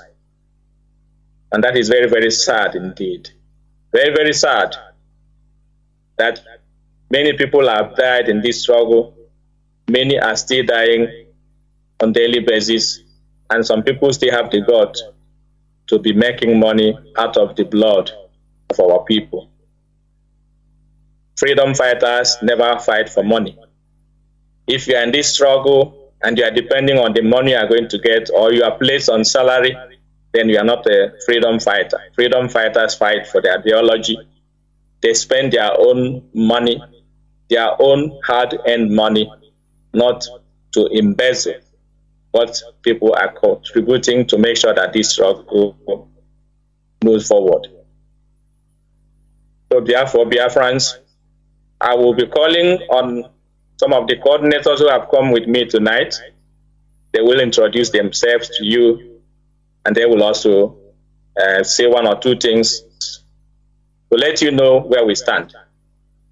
We are here to tell you that Mazi Nnamdi Kanu remains our leader, our supreme leader. Mazi Chinedu remains the head of Directorate of State, deputized by Mazi. There is nothing like Biafra government in exile. There is nothing like Prime Minister. There is nothing like Biafra spokesperson. All those nomenclature are the scheme of the enemy to try to see if they can destroy what we are doing. But they have failed woefully and they will continue to fail. And none of them who has soiled their hands in blood, the blood of our people, shall ever live to see this Biafra restored. In the name of Chukwu Keabiam. Let me call my deputy Zayoba to say one or two things before other coordinators will be called upon to speak. Thank you, Biafrans. I will be here standing by as we go ahead. Thank you so much. All hail Biafra. Mazi Zayoba, please, I'm calling upon you to come and speak to our people who are listening attentively tonight regarding why we have come here tonight to this broadcast. Our European rep, Mazi Abadim, thank you very much. I hope I'm coming out clear from your end. Yes, Mazi, go ahead. You are coming out clear. Okay, thank you so much. And thank you to our host tonight, Mazi Jonathan Chinedu. And greetings to Biafrans all over the world and the IPOB family. Depending on your time zone, I'm greeting you, bringing you good tidings from my location here. My name remains Mazi Zayoba, and by the special grace of Almighty Chukwu Kabiama, I serve the indigenous people of Biafra as the Deputy European Rep, and of course also a member of the Directorate. Thank you so much for coming around this evening to listen to us. Of course, my European Rep have said almost everything, just to add a little bit spicy in what he has already said, of course, I will not hesitate to realize the head and the leader of this movement, known as Mazi Nnamdi Kanu, who is now in the DSS dungeon. He was kidnapped in Kenya and extraordinarily renditioned to Nigeria. He's a prisoner of conscience. The Nigerian competent court have discharged and acquitted this man, and Nigeria, that claims to be a democratic country, never ever obey their own rule of law. When the law does not favor them, they intend to bend it, which is exactly what they're doing, aided and are supported by the British. Of course, British are the one doing what they are doing in Nigeria. Nigeria is not a free country. Nigeria is not independent. Nigeria is a contraption. It's a British farm. That's what I call it. British farm. They call it themselves, British call it themselves, a fantastically corrupt country. It wasn't me that said it. It wasn't IPOB. It is British Prime Minister, sitting Prime Minister at the time, David Cameron, called Nigeria a fantastically corrupt country. And at the same time, President of the United States at the time also called Nigeria a shithole. And Nigeria have exhibited all this name in higher places. Of course, we know that Nigeria is a shithole. We are here tonight to reinstate and to reaffirm our solidarity with our leader, Mazi Nnamdi Kanu. Regardless where they had him, regardless where they are keeping him illegally, after the competent court of Nigeria have decided and acquitted him, we are solid behind him, standing shoulder to shoulder with him in this Biafra restoration quest or project, if you like. We are not going to back down. We are not going to retreat. We are not going to surrender. We are here to let our people know that every structure that is established by Mazi Nnamdi Kanu, the leader of this great movement, is still intact and in place. And that's why you are seeing some members of national coordinators across Europe are going to come out this week to be addressing you. It has started today. And few of them are going to talk after a few minutes. Of course, you know that this will continue because they are coming in badge by badge. We can't have all the national coordinators to speak tonight. So this set of group will speak tonight, and the other set will come out tomorrow, and the next according to the program. So this will reassure and tell our people, in the absence of Onyendu, in the absence of the attack, in the whole invasion of IPOB family, we want to let our people know that IPOB family are still intact anywhere they're located. It's quite unfortunate that some, disgruntled fellows have fallen apart. Onyendu mentioned 100 men. Also, but this is the stage where we are now. We are coming here this evening to let our people know that this Biafra and this movement led by Onyendu Mazi Nnamdi Kanu, the heart of it cannot be allowed to see any corruption. And we are going to protect this Biafra restoration project. We are going to protect Onyendu. And we are letting the Nigerian state and their handlers and the British government know, with or without Onyendu, we are not going to back down, and we are going to restore Biafra in truth and honesty. No corrupt individual will be allowed to see the heart of this movement. You can only try, you will fail. That is a promise. You think when you kidnap Mazi Nnamdi Kanu, you will collapse this movement. You try to install somebody who is never a part of this movement after nearly 10 years of hard work of Mazi Nnamdi Kanu, you want to introduce an infiltrator, somebody who have never at any given time been a part of this movement. You use your media preponderance in the zoo to eulogize him, to bring his name all over the place, that this is the person in the name of a disciple. And today, they are falling on the wayside because they are not meant for this Biafra restoration. They can only make noise wherever they are. They continue to make their noise until we came to their domot to shake hand with him. As a coward, as useless as he is, as a mouth-making basket mouth, he went on a hiding. He never come out to address his fellow Biafrans as he claimed to be. He disappeared. He didn't show up anywhere. Until we left, he came out today bragging with the military regalia and wearing the helmet that we are using to ride a bicycle here and motorbike. Using your brain to mess your brain up. Killing our people with impunity. With the sponsor, heavy sponsored. And it's quite unfortunate that Chinedu announced this thing to our people. That Nigeria have mapped out to set out billions of dollars. That many of our people will be buyed. Many of our people will be bought. Many of our people will be deceived. Many of our people will be sent to early grave. Our people refuse to listen. And today it has happened.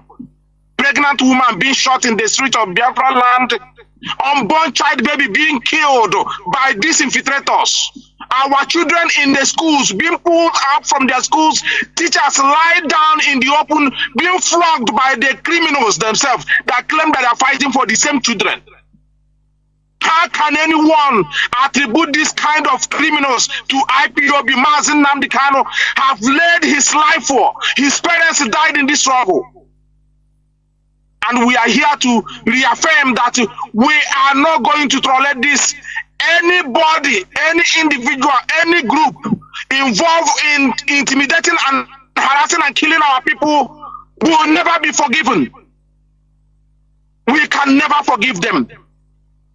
The same people who come out yesterday accusing IPOB leadership, the same people who came to blackmail Mazi Nnamdi Kanu, the same people who kidnapped him are the ones that are blackmailing IPOB, are the ones that are working so hard to put themselves in the position of the leadership. Everything is there in the open for us, for everybody to see. The same group of people, until they naked themselves in the open. Even their women, they call themselves Umada Highway. They call themselves different kinds of names. Until the same people naked themselves in the open. Their gangling leader have no shame. He took the nakedness of our woman, an Igbo woman, and posted it on the internet. This is something that our people don't know. He claimed to be fighting for Biafra. And he took the nakedness of a mother that has children, that has a husband, that is, and put the picture of the nakedness of our mother in the open and killed a pregnant woman with unborn baby on the street of Biafra land. They want to use him to hijack the movement. Him and his group, and they claim the so-called, he called himself special counsel. They plan them in layers. These infiltrators and criminals are being put in layers. In layers. You deal with this one, another set will come out. You deal with this one, another set will come out. We will continue also to deal with them until the fizzle away Biafra restored Mazi Nnamdi Kanu released. We are not going to get tired. But Chinedu told us to prepare. A day like this will come. And if he wants them, it will take them 150 years to take down this structure of IPOB. It doesn't matter how many we are. The fewer we are, the resolute. and fierce we are becoming, we are not going to let our people to be intimidated again. We are not going to be a sacrificial lamb. We are not going to allow Igbo land. We are not going to allow coastal region of Biafra land to be a sacrificial lamb for Nigerian states. British for 110 years now. British has contributed nothing to the development of Nigeria till today. And we are using this opportunity to let our people know there is a wave of revolution going around in Africa now. Every Biafran youth must stand up. We have called off the sit at home. They want to demonize the sit at home. And this is why we started shouting to our people, if you don't follow the instruction of the leadership, this is what will become of you. In every organization, there is a structure and there is a leader in that organization. If you start going against the structure, then everything will become messy. And this is what we have warned our people. You don't go and begin to believe somebody who is not a part of the movement. That means if you have fallen this low, that means it's the need of us fight restoration. Because we don't want to restore Biafra that will restore tomorrow.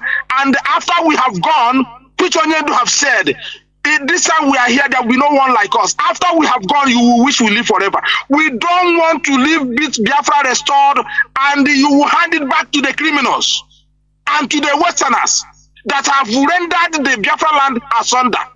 No infrastructure, no development, no road, no water, no electricity, no school, no security. They want to make our land a desolate area. They want to make our land uncomfortable for our youth, so they will be running out every blessed day.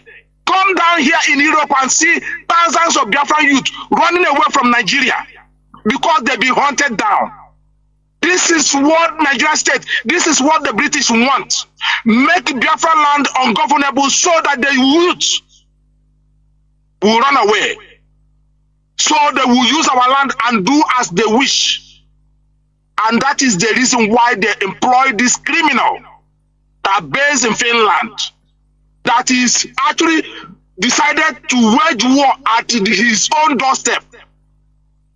Nobody, no sane man, no reasonable person will declare a war in his own house. It doesn't happen. You go outside and declare the war and save your house. You don't bring war to your own inside house. It doesn't happen anywhere. This is the reason why they employ this criminal, this small boy that based in Finland. If the hand of government are not into what he's doing, all the call that we have made to the Finnish government, the investigation they have run on him, and they have confirmed that this guy is a criminal, they decided to lay low because Nigerian government is using them. Also have paid the Finnish government to protect this criminal to continue his killings in our own land. Not in Nigerian states, not to the Nigerian police and military, but to our own land. We have come here to let you know that whatever that guy is doing, whatever him and his group is doing, whatever him and his lawyer that is going to the heart of Mazi Nnamdi Kanu, getting out some information, Mazi Nnamdi Kanu will think that he's talking to somebody. He doesn't know that information is given is going to the hand of this man. And this guy will be coming on the television, on the radio, on the TV, on the internet and dancing, drinking Hennessy. And he's fighting for your Biafra revelation. We are letting you know there is only one IPOB led by Mazi Nnamdi Kanu. Anything else is fraud. Our people, you must know how to follow instruction. This is why British fragmented Biafra land. They give all the place they call the South that does not exist in any cardinal point. We are asking the British, where is your own South in Britain? Can you point out where is South? and today they are laying a pipeline from Biafra land to Niger Republic. One of the things that is causing the problem today in Niger. This is what the British are doing, laying a pipeline illegally without the consultation. Before you lay a pipeline here, anywhere in Europe, here, you will consult the entire community. It will be debated by the people themselves that the pipeline will be laid through this community. But this thing is happening in our community. Rather, they will wage war. They will instigate violence in that community, and they will chase our people out from that community. They will start their illegal mining. We are letting our people know that we are here to protect you, not to kill you. The sit-at-home has been suspended. We suspend it and we call it in whenever it's necessary.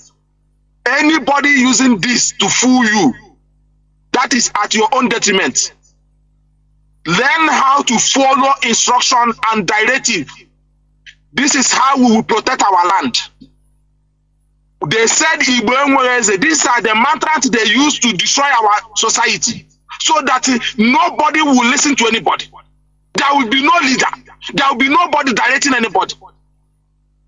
And we have come to amend that. We have come to correct that. This is why you see them. They have waged war into the finance of IPOB. They kidnap Onyendu immediately. They started the wage war against this movement and the IPOB leadership. From the leadership himself to the head of directorate to the IPOB finance to everything, even to the sit-at-home that we've been using for May 30th to honor our fallen heroes. Look at what this criminal is doing with it to destroy our land, to destroy our economy, to destroy our people. And they now want to demonize it so that anytime you hear sit-at-home,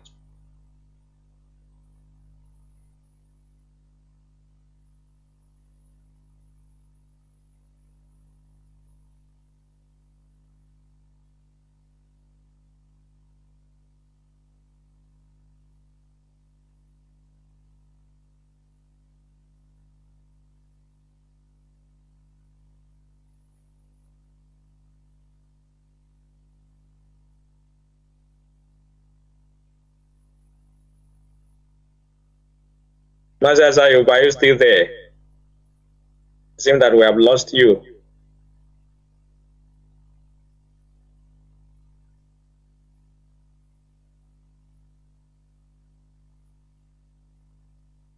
Mazi, we have lost you. Unmute yourself.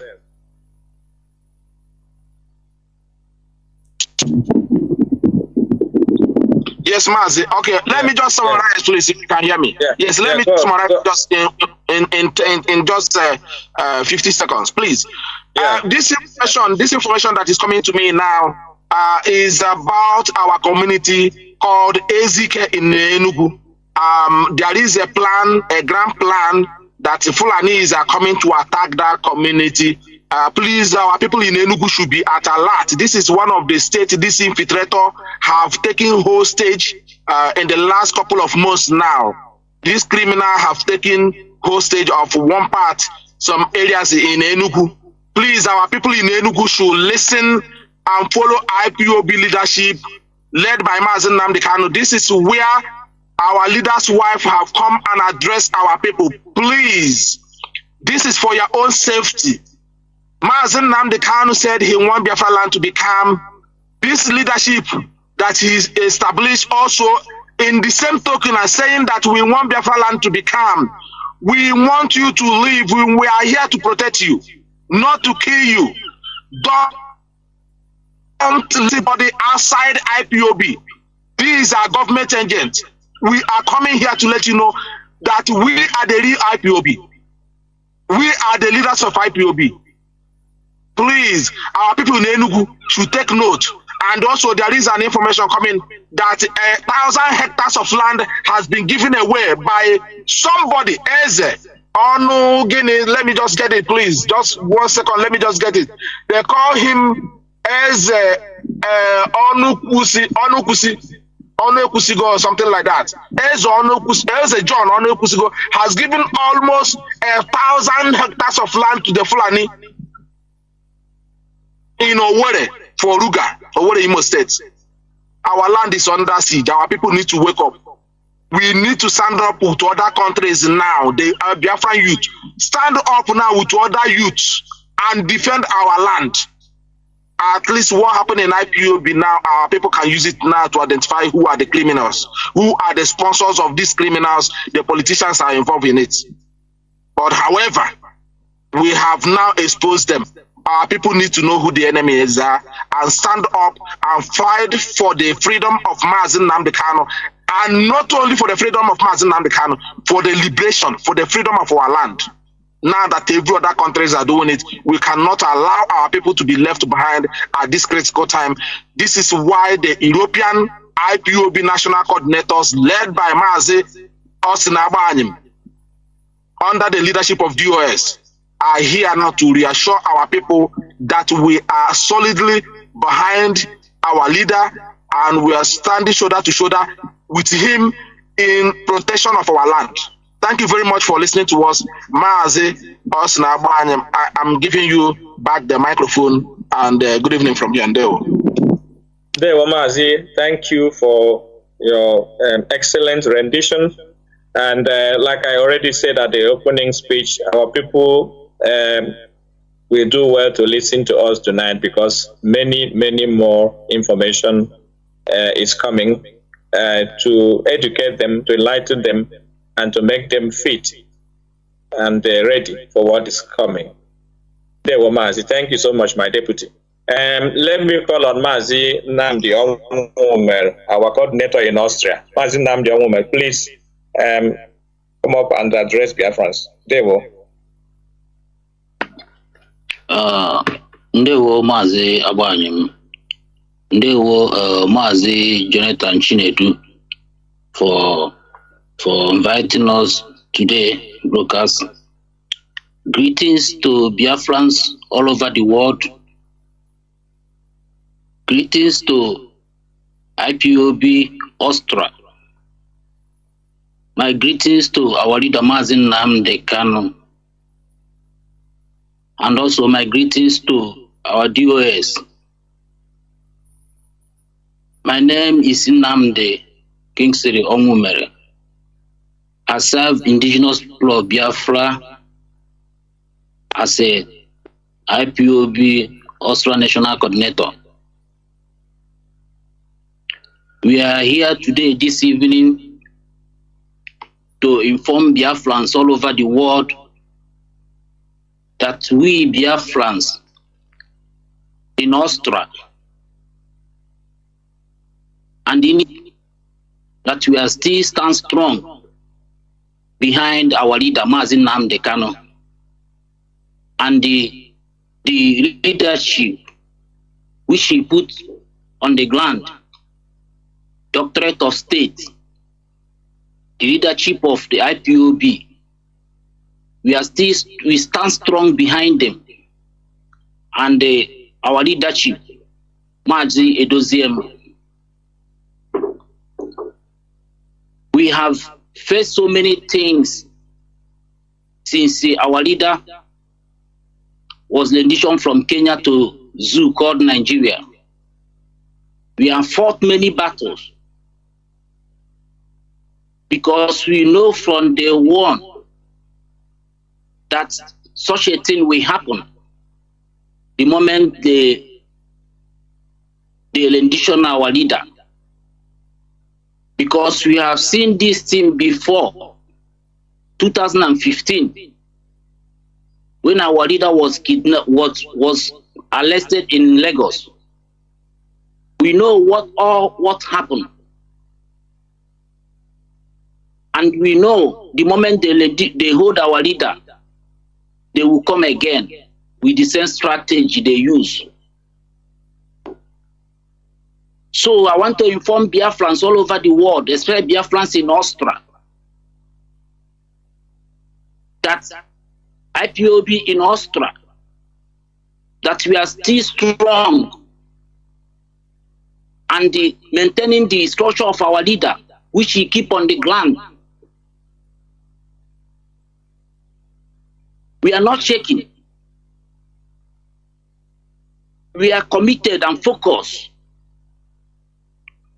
Though during the COVID-19, we have some people that joined our struggle. When our leader was rendition, so many things happen, and those ones, they fall by the side. But the main committed ones, from day one, we are not shaking. We are still stand our stand in the movement of Biafran restoration. IPOB Austria, we never lose focus. We maintain the structure of IPOB, structure of our leader. Keep on the ground here. We never lose focus. So many things have happened among our people in all over the world, in different families. But I want to inform Biafrans that those people that fall by the side, they are not made for this struggle. They are not made for this struggle. Those committed ones, those that are called by Chukwu Okike Abiyama for restoration of Biafra, they are still committed, strong. We never lose focus. Our leader opened our radio. We know the reason. Because information is the power.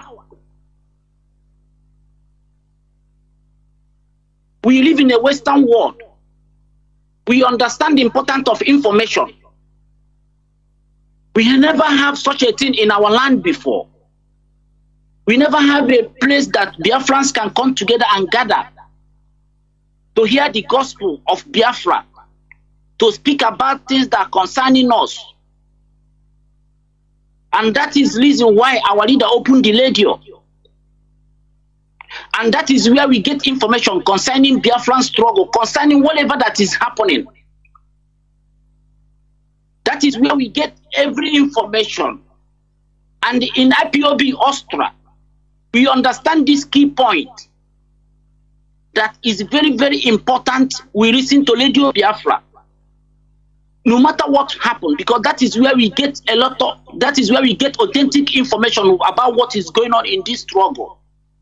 Because the moment they rendition our leader, the Zoo Nigerian bring a lot of money, pump money outside to spread a lot of fake information, bring a lot of people outside social media to confusing people so that people will lose focus. But we understand the importance of Radio Biafra because this is something we call our own.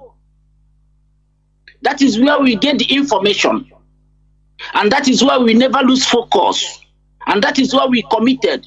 Because that is where all the whole information, both leadership of this struggle, whatever we need to know going on at any time, you can get it on Radio Biafra. But our leader's wife, that is where she give her own information. She didn't go to any other radio. It's on Radio Biafra. But so many of our people neglect this radio, trying to find out so many information from social media, and that is why many of them are confused. That is why many of them lose distracted because of they start hearing from sometimes they don't understand that those people they are listening, they are agents of the zoo. That is why they bring them out to bring a lot of fake information to bring a sweet talk that will make our people lose focus. But we understand all this strategy. That is why from day one we never shake. Those ones that fall by the side, they are the ones that they are weak one among us, and those ones that come during the COVID-19, they don't understand exactly what is going on. And then because they still have the mindset of the zoo. But our leader Mazi Nnamdi Kanu have already informed us, have already prepared our mind from day one ahead of this thing that is happening this time around. He already prepared our mind to be focused, to be mentally tough. And without that, we cannot be able to achieve this Biafran struggle we are going through. Because we cannot have the same mindset of the Nigeria. We can never have this mindset of colonial mentality to enter a new Biafra. You must prepare your mind. You must change your mental, your thinking. Understand what is going on. Critical thinking. Because in one word, we live where there is a law. Without discipline, without a proper organized, we cannot be able to achieve what we are doing. We cannot be able to face a criminal gang up, a mafian country like in Nigeria, where all the home mafians around the world, they are hustling. Nigeria is a hustling ground for mafians all over the world. If you don't know it, all over the world, all criminals from around the world, from Romania, go and check one of the richest man is a mafia. They are all in Nigeria, all over the world. But our brother, Mazi tried very hard to organize IPOB, to put IPOB Europe in focus since all this thing is going on. And we never lose any focus. We are committed. The moment they hijack our leader, they kidnap our leader, they focus on our account to destroy IPOB account. They use our head of our finance department, but they couldn't make it. They think maybe when they hold the account, when they deny IPOB that give the fund, the struggle will collapse. But they don't know that we already are prepared ahead of them before this. We already prepared ahead. They cannot do anything to stop this struggle, because most people that come out for this struggle, we already determine, we know the pains of our people. We have experienced the pains of our people. We already understand what is going on in our land, no matter we are in outside. Because the reason why most of us go outside is not because, it's because of the pain, the what we see now, because they have already make our living outside. We are not happy living outside because they say that no place is better than home. But when you look at our home, it's not comfortable to live because they intentionally did it, and British are involved.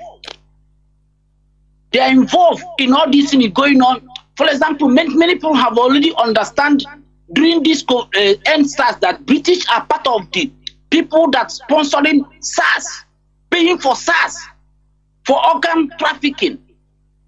And mostly where main this thing is happening is in Biafran land. They kill our youth, they harvest their organ.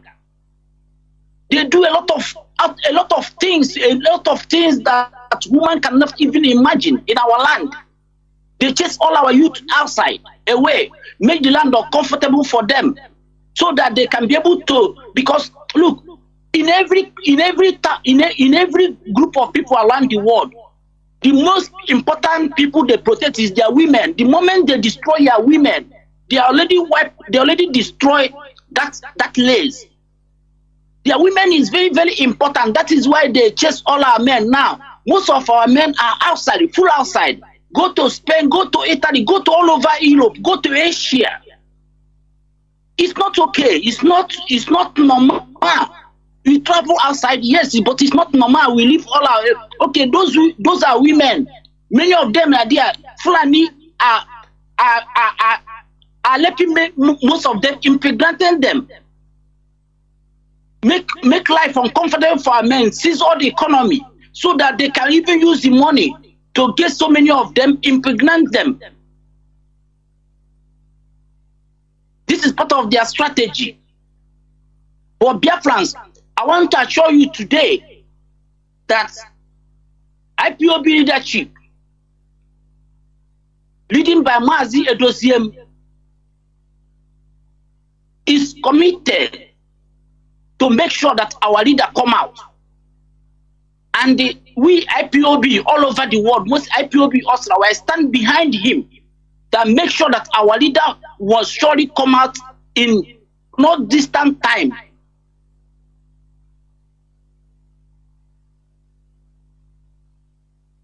Sit at home. Our leader have already informed us that sit at home must stop, because that sit at home is the strategy of IPOB to fight the zoo. What they did is to disorganize, to destroy that sit at home. That is the reason why they are open every Monday sit at home, every Monday sit at home, to make our people to see that sit at home as unwelcome things in our land, to make it, to destroy it, so that our people will not be happy anytime they mention sit at home. They will be afraid. That is the reason why they make it. Every time they go for fundraising, create fake ESN, so that our people will hate. Whenever they hear ESN, they will hate it. They will hate ESN. But ESN purposely established our leader to protect our land, protect our mothers in the farm. But the moment they rendition our leader, they hold our leader, all those strategic points, they focus on that to destroy it. Our radio, our ESN, our IPOB leadership, the pillar of the struggle. They send all infiltrators in all our families. But all those things have come, they have come because they couldn't achieve the purpose of establishing them. All the money Zoo have spent on them have gone because we are mentally prepared. Our leader have mentally prepared us already before this time coming. We know it will come. I know it will affect us, but we still stand strong and we are not checking. Ebelima cannot do anything. We know him in Austria. We know him because of in 2008, during the lockdown, when we lost one of our brother here in Austria. That was the first time we have a contact with this Ebelima. All Ebelima focus is to fundraising. That time he started telling us to make fundraising for our brother. We tell him, no, we don't need it. We should go. You stop. We don't need any fundraising for our brother. We can do it on our own. We don't need anything. We are surprised. How can we use our brother dead to be making fundraising? That time we know, oh, this guy only focusing in fundraising, because anything fundraising, we didn't allow him to continue with that fundraising. I say, you know, we don't need that. We can take care of our brother without making it public to the world. And he couldn't go on because we didn't give him a chance to go on. And we do everything our own. Our brother go home in perfect peace and was buried. Now they recruit him again in different. They use him in different strategies. But all the plans they use him have already gone. It doesn't work because we know him from day one. It's only weak-minded people that fall for his own rubbish talk. Because what is he talking that we never hear? What is he going to say that we never hear? Because our leader have already informed us in everything we need to know. We already prepared our mind in whatever we are going to do. And we have our leadership that we need to be focused. Because in every movement like this, the leadership is very, very important. Because without leadership,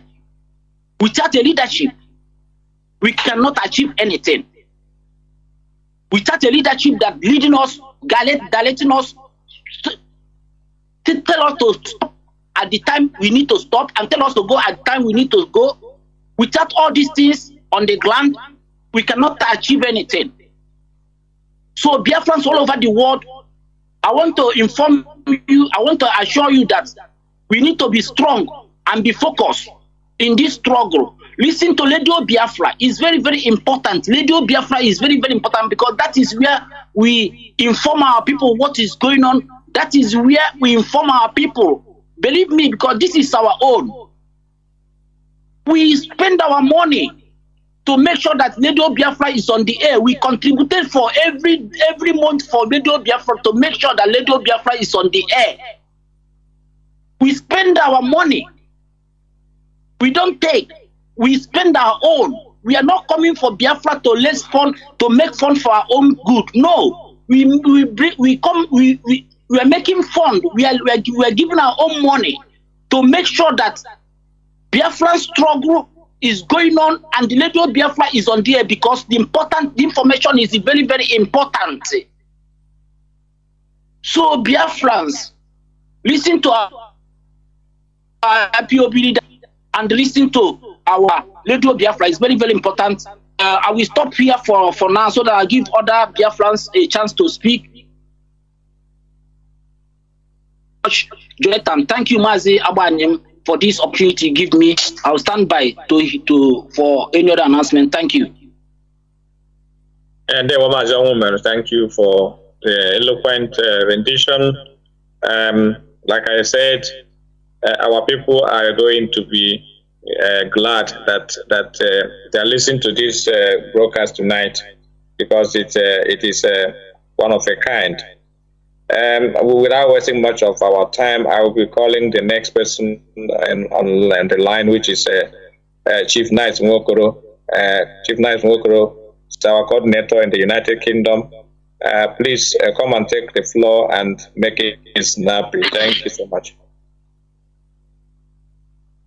Thank you very much, my able leader, Onishi Mazi Abanim. Thank you, Mazi Chinedu Jonathan, for your continuing wonderful work of information, dissemination, education, and enlightenment on Radio Biafra. A very good evening from here, the heartland of the United Kingdom. I bring each and every one of us heavenly greetings. I say good evening, good afternoon, good morning, depending on your time zone, wherever you're listening from. Ezigbo Chineke, faithful Biafrans, friends of Biafra who listen to Radio Biafra, and lovers of freedom all over the world. My names are Ikechukwu Nice Nwokoro. I hail from Onitsha-Iri Ezinihite, Wera province in Biafra land, serving the wonderful people of Biafra as the national coordinator in the United Kingdom.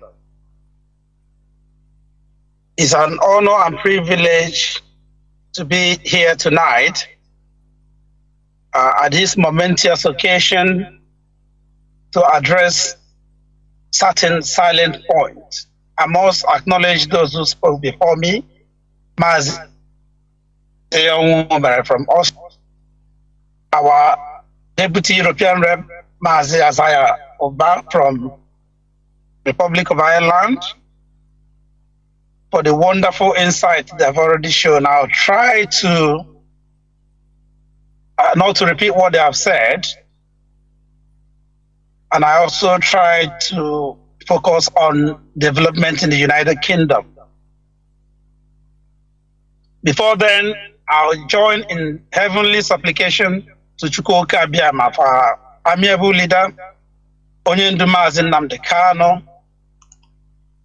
his family, his wife and children especially. I pray for angelic protection and divine provisions in this end time of tribulations and temptation.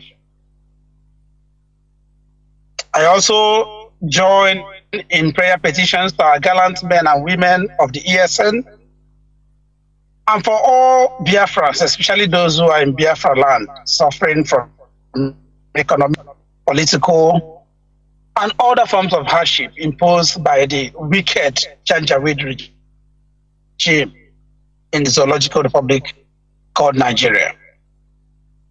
My sincerest appreciation goes to my UK family, my cabinet, my able deputy, national officers, regional coordinators, zonal coordinators, heads of our national working teams, principal officers, and the entire UK family for continued unalloyed support and cooperation.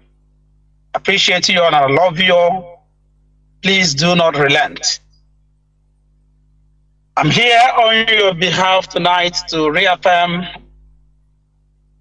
the UK family's loyalty, solidarity to the leadership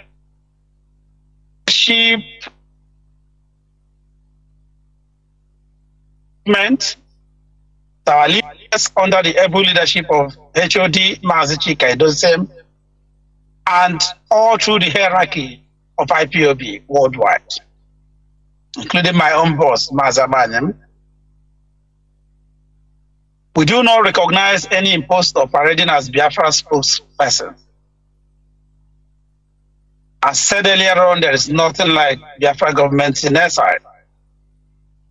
Anyone parading himself with the designation of a prime minister of a certain non-existent government in exile is only a crime minister.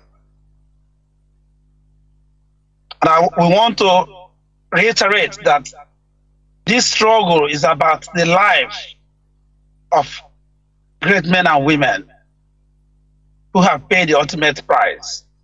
It's about blood, sweat, and water. And it's not something to be taken for a ride or a joke, as we have seen the criminal in Finland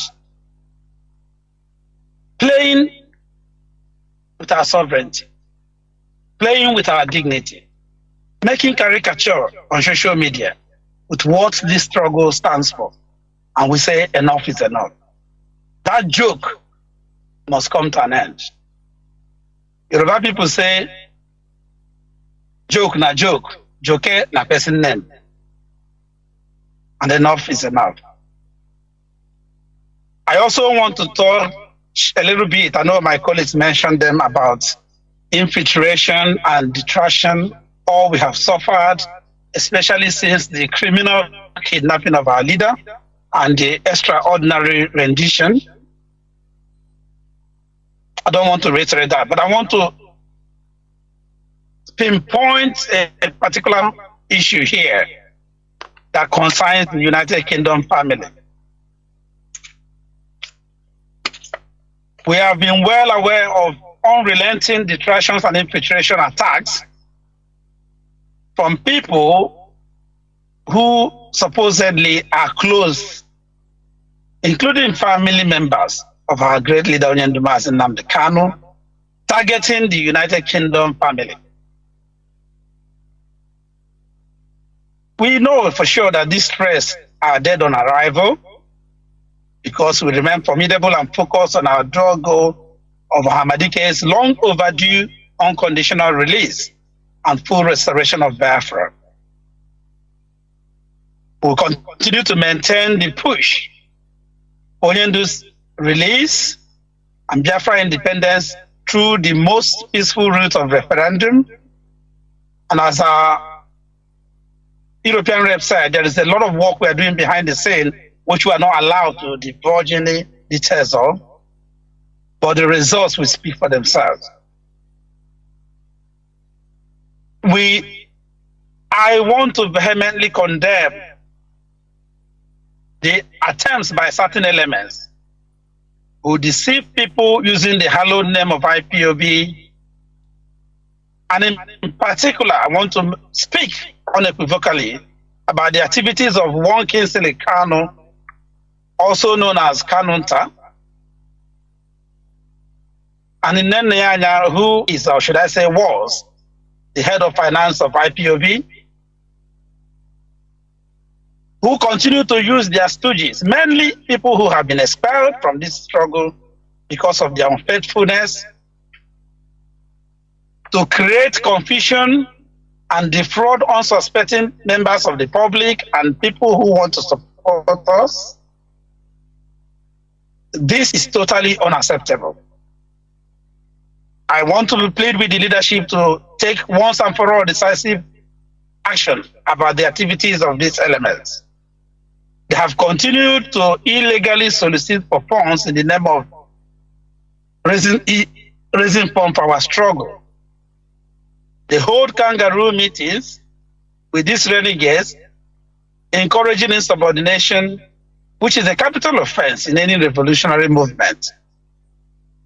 Though their membership is just a handful, about 6-7 people from our intelligence on them, but the nuisance they are creating, especially online, by sending false information, by spreading disinformation amongst our families and members, must be curbed. Kanu is not a member of IPOB in the United Kingdom. Nnamdi is not a member of IPOB in the United Kingdom. Why they will continue to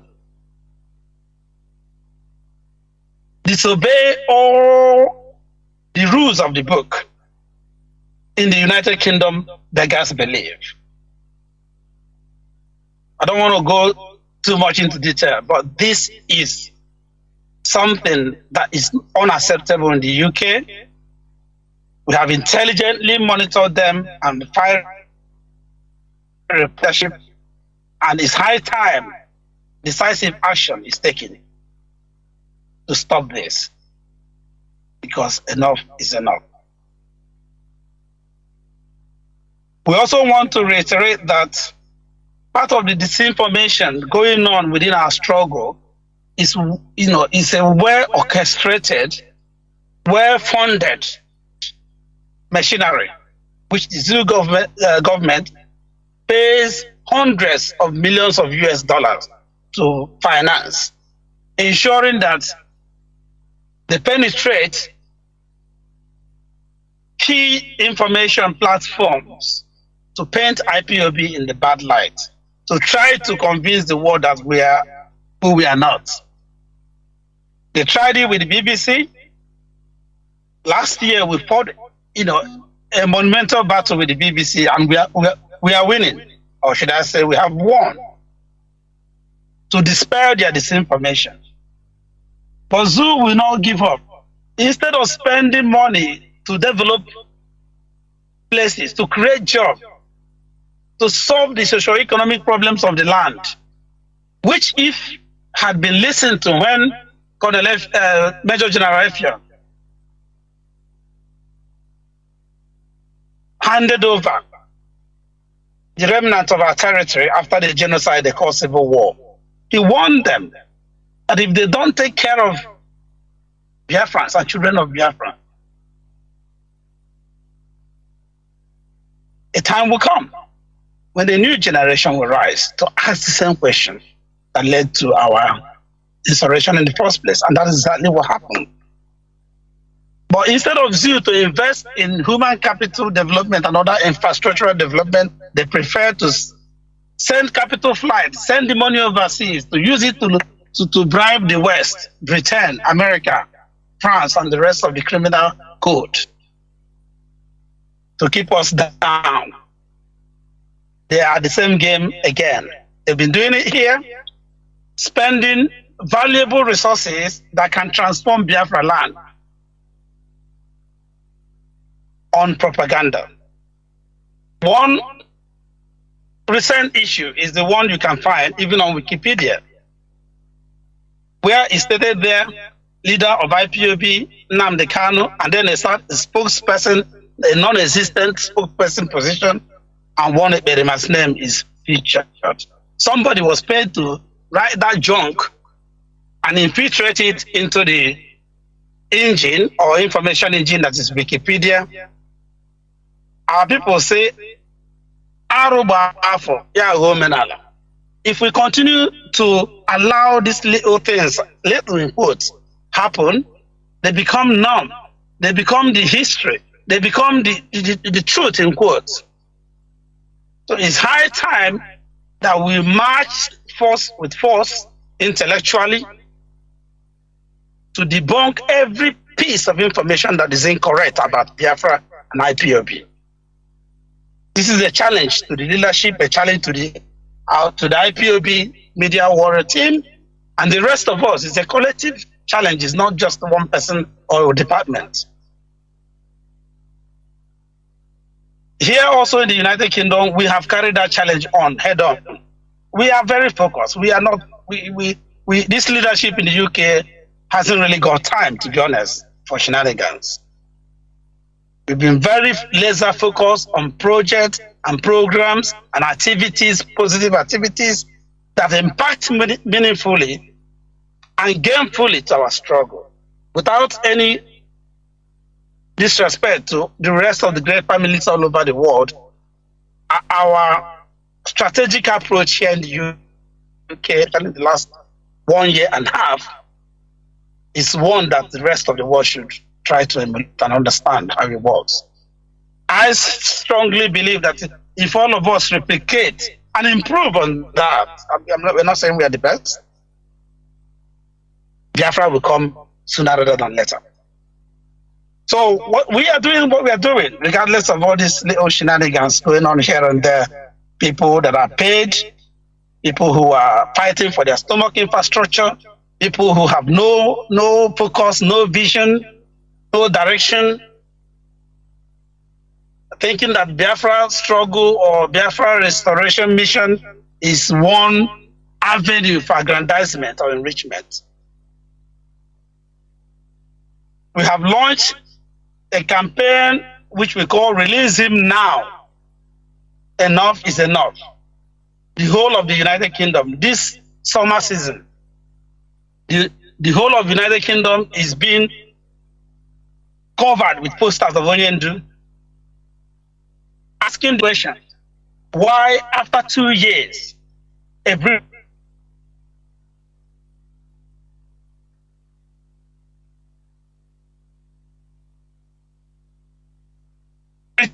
national is being held in illegal detention and still Britain turned to this cause? We are asking the question. We have taken the battle to the 368 members of parliament, the British parliament, including even going as far as the devolved government in Scotland and talking. We have engaged them to answer this question. We are going down to school children to conscientize them, to sensitize them, to ask their parents. Some of their parents are these MPs we talk about. They are the mayors, they are the councillors, they are the lawmakers of this country. Such a thing cannot happen in this country to a white Britain. So why is it happening to us? We are also doing the same with our people. This is the season where they go about EDG here, left, right, and center. I'm a very cultural person. I'm a traditional chief. But I've declared to our people that this is not a time for merriment and jamborees. It's a time for deep reflection and action. We are meeting them at the point of their entertainment and merriment. All over UK, starting from this Saturday, where they are doing their Igbo Day in Coventry. We are going to send the message of truth to them and evangelize them and continue to ask the same question which we're asking them. Last year, they said to us, obedient. Peter Obi must be, he's the best. Of course, we know he's the best. Personally, I acknowledge that. But we know that Zoo will do to him what Zoo does. And their declaration was that if they don't give this thing to Peter Obi, Biafra here we come. They have not given it to Peter Obi, even though it was clear that he won it. Would they give it to Peter Obi? Your guess is as good as mine. So my question is, why can't all these people who, I do not mean to disrespect anybody, who are really living, who are living the life of lies, who are telling themselves lies by believing that Zoo will be transformed, that there will be a new Nigeria, as if the old Nigeria, of course, the old Nigeria is dead anyway since 2014. What is going on in the zoo since 2015 is that APC has been conducting a protracted, if you like, a prolonged funeral of Nigeria, which died in 2014.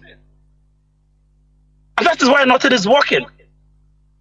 They bring Buhari, the living one and the dead one, continued no progress. Now they brought Chinedu. We don't know whether it's half alive or half dead. Nothing is working. Because since 2014, Nigeria expired. This country knows it. The whole world knows the truth. They just decided to prolong the funeral. And for 9 years, they are still conducting funeral service. So it's high time that we moved on and march with the truth. Yes, about the revolutionary way of going on in Africa, West Africa in particular, but we must indigenize ours, because the quest for Biafra restoration is not the promotion of military junta, which can never displace democracy. But our quest is a legitimate cause for a restoration via the legal route of plebiscite. Let the people decide what they want, and thereafter let democracy take the order of the day. So we must continue to carry this message to our people, to our friends, to our immediate communities, wherever they are. There is no question for me about whether there is one IPOB or not. There is only one IPOB, the whole world knows it. There is no question about who is the leader of IPOB. They know the truth. Forget about the fabrications. I haven't got time for that. I am hitting the head at the nail at the pertinent issues and the questions that we must ask, and the authorities that we must speak through to get the answers we need. Today, not tomorrow. I'm glad that these developments are going on. The whole world now knows who the real terrorists are. The whole world now understands that the ruling rogue regime at the APC in Nigeria is the real terrorist. Asari Dokubo,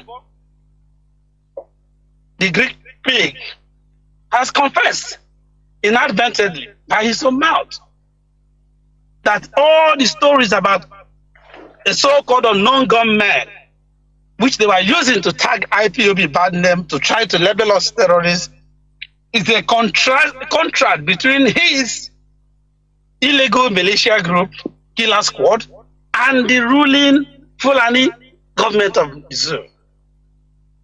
And that contract has been renewed by this new illegitimate government. So the great Biafrans, friends of Biafra, lovers of freedom, my message is that you cannot supplant good with evil. You cannot duplicate what is good with evil. And that's what is happening with even Eberema. In every revolutionary movement, go and do your research, even the ANC and the rest, there was always an attempt by the imperialists or the slave masters or those who benefit from that bad system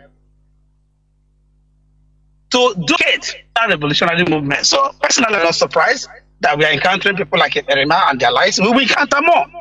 That's why we must remain resolute, stay sure, and firm focus on what we are doing. I thank every one of us once again. I don't want to take too much of our time at this stage, but if there are questions or comments that will warrant my coming in, it will be my honor and pleasure to chip in again. Lastly, I also want to emphasize on the importance of great positive media presence. I cannot appreciate and love enough the wonderful work Radio Biafra is doing. That work must be complemented by the television version of our platform. And that's where the BTV comes in. I know that we are working hard to get BTV on stream in no distant time. I know the power of television. I worked in television for more than 8 years. So I know for sure that once BTV comes on, the wonderful work Radio Biafra is doing will be magnified, will be amplified. And also our all our members continue on social media, match them force by force, whether it's Twitter or now X or any other platform. Show your presence there. Debunk every rubbish they say. Be polite, but be very, very structured. Have your facts and figures and dismantle all their lies.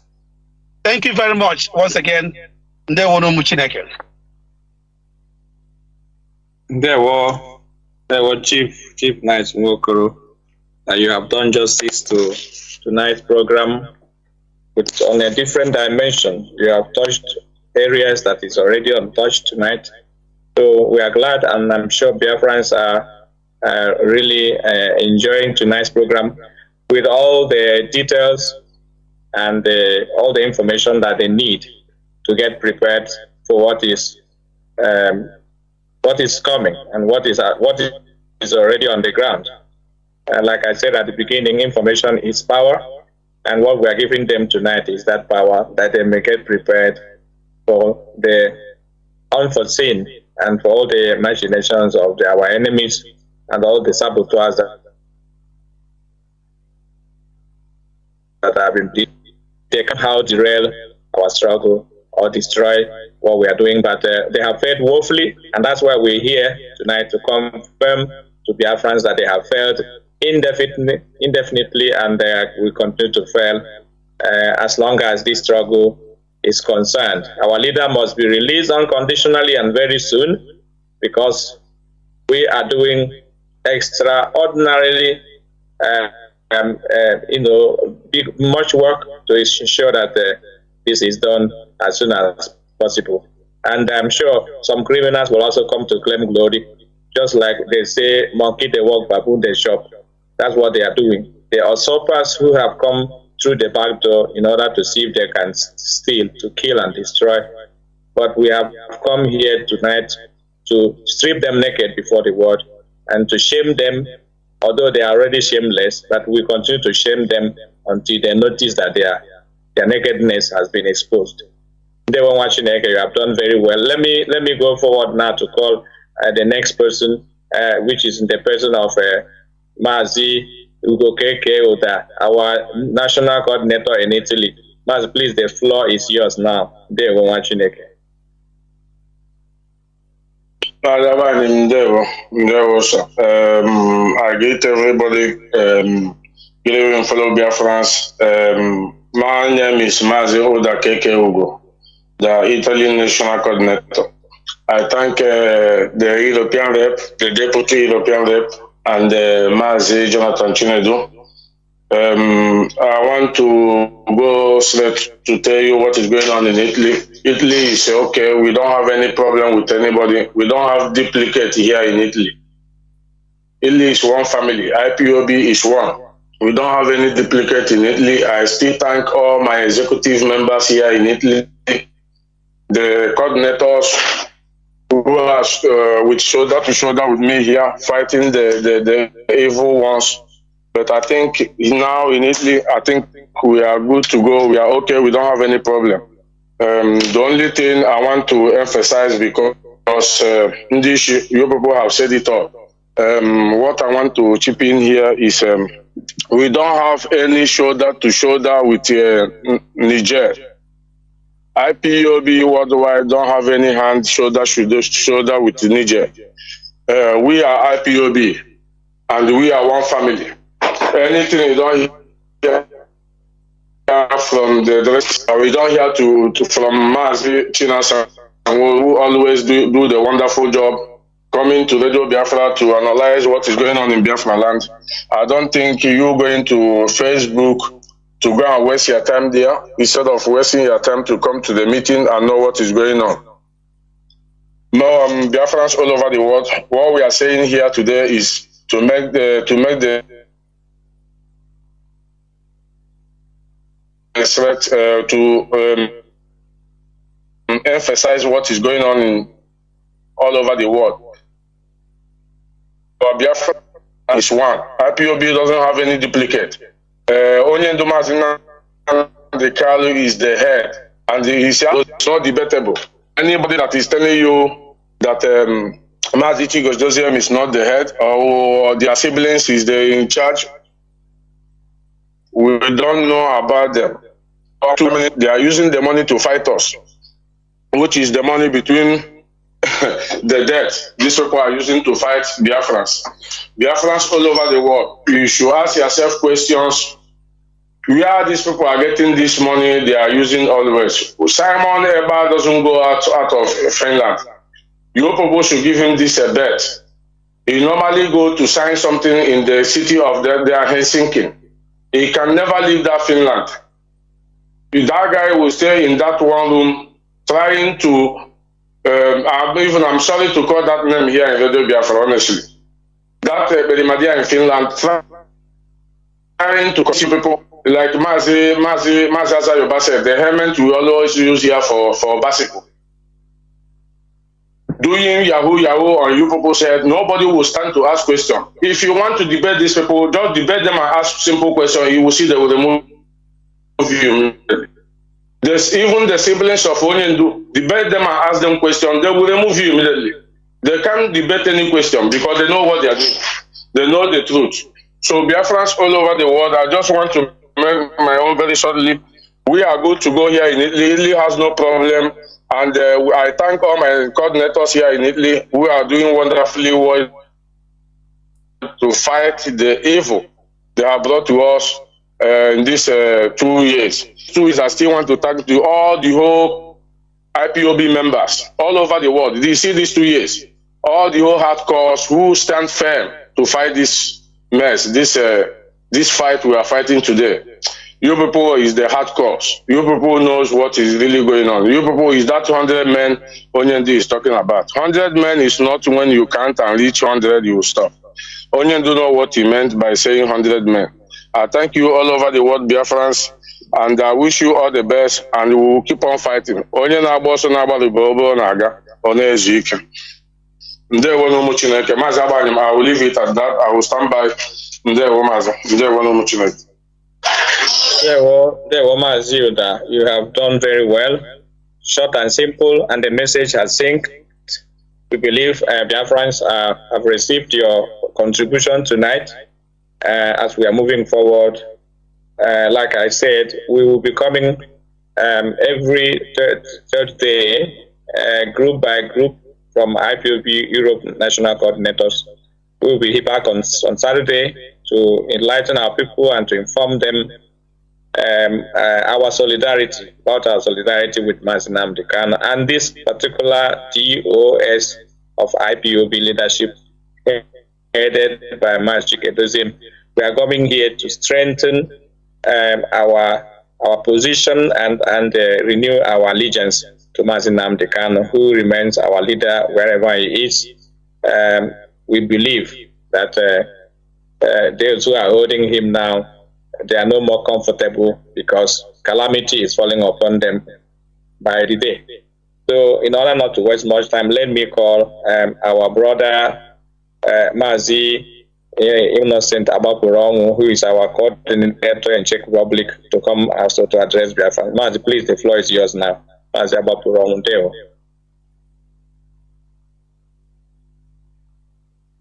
Mazi, I don't know if you can hear me.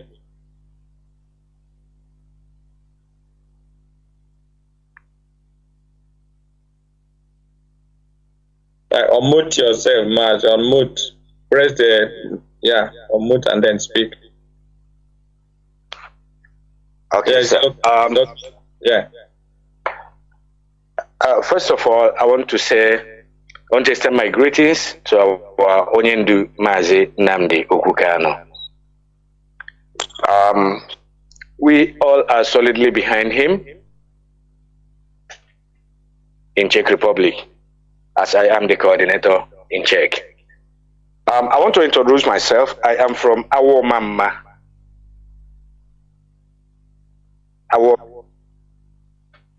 Olu province. My name is Innocent Ifeanyichukwu Abapurongu. By the special grace of God, I am serving the indigenous people of Biafra in Czech Republic as the national coordinator. I want to renew my allegiance to the DOS. They are doing wonderfully well. My greetings to Mazi Chika Edoziem. My greetings to Mazi Abanim, the European rep, and all the members of the DOS. I want to start by saying that Czech Republic is intact under Mazi Nnamdi Kanu. For those of them that wanted to play the ball overhead, they've seen that there's no way they can score the goal. They have tried, but they didn't succeed.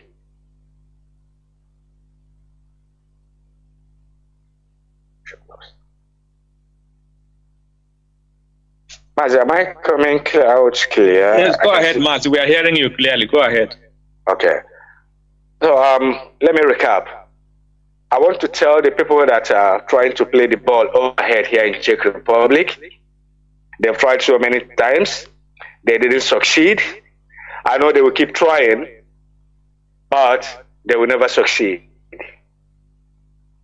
Czech Republic, as far as I know, we are all under the leadership of IPOB, headed by Mazi Nnamdi Kanu, and also the DOS, headed by Mazi Chika Edoziem. For those of us here in Czech that are trying to play the ball overhead to score goal, they did it many times, but they've seen there's no way they can score the goal.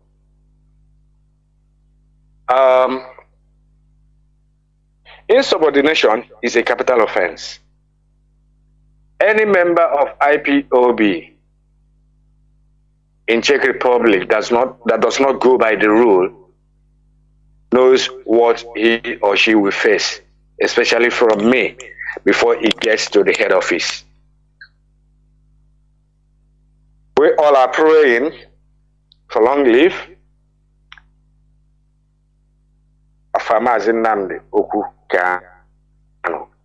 And we are praying that he will regain the freedom as soon as possible, because the Nigerian government, they have done their best, or rather, they've done their worst. So people here, some people in Czech Republic, we are bribed to destabilize IPOB in Czech. But they didn't succeed, and they will never succeed. Eperima and his group, they've tried to get IPOB under their foothold, but they didn't succeed, and they will never succeed. The head of finance and all of them, they've done their best, they've done their worst, but Czech Republic, we are not giving in to whatever they are planning. They said 2 heads are better than 1. I also want to thank my deputy, Mazi Miracle Arongo. This guy is wonderfully doing well. Now, let me go straight to the point. Everybody have heard about the confession Asari Dokubo made. All the people, all our brothers and sisters they have killed, are they going to come back?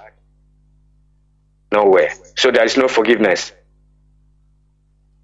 We will never forgive them. If anybody comes, anybody, I am not going to forgive all the people that are connected to the death of my brother Ikonso. I will never forgive them. Mazi Nnamdi Kanu, our supreme leader, must have to be released unconditionally. Nothing attached to it. The court have set him free so many times, but the federal government of the Fulani have used to obey the court order, sided by the British government.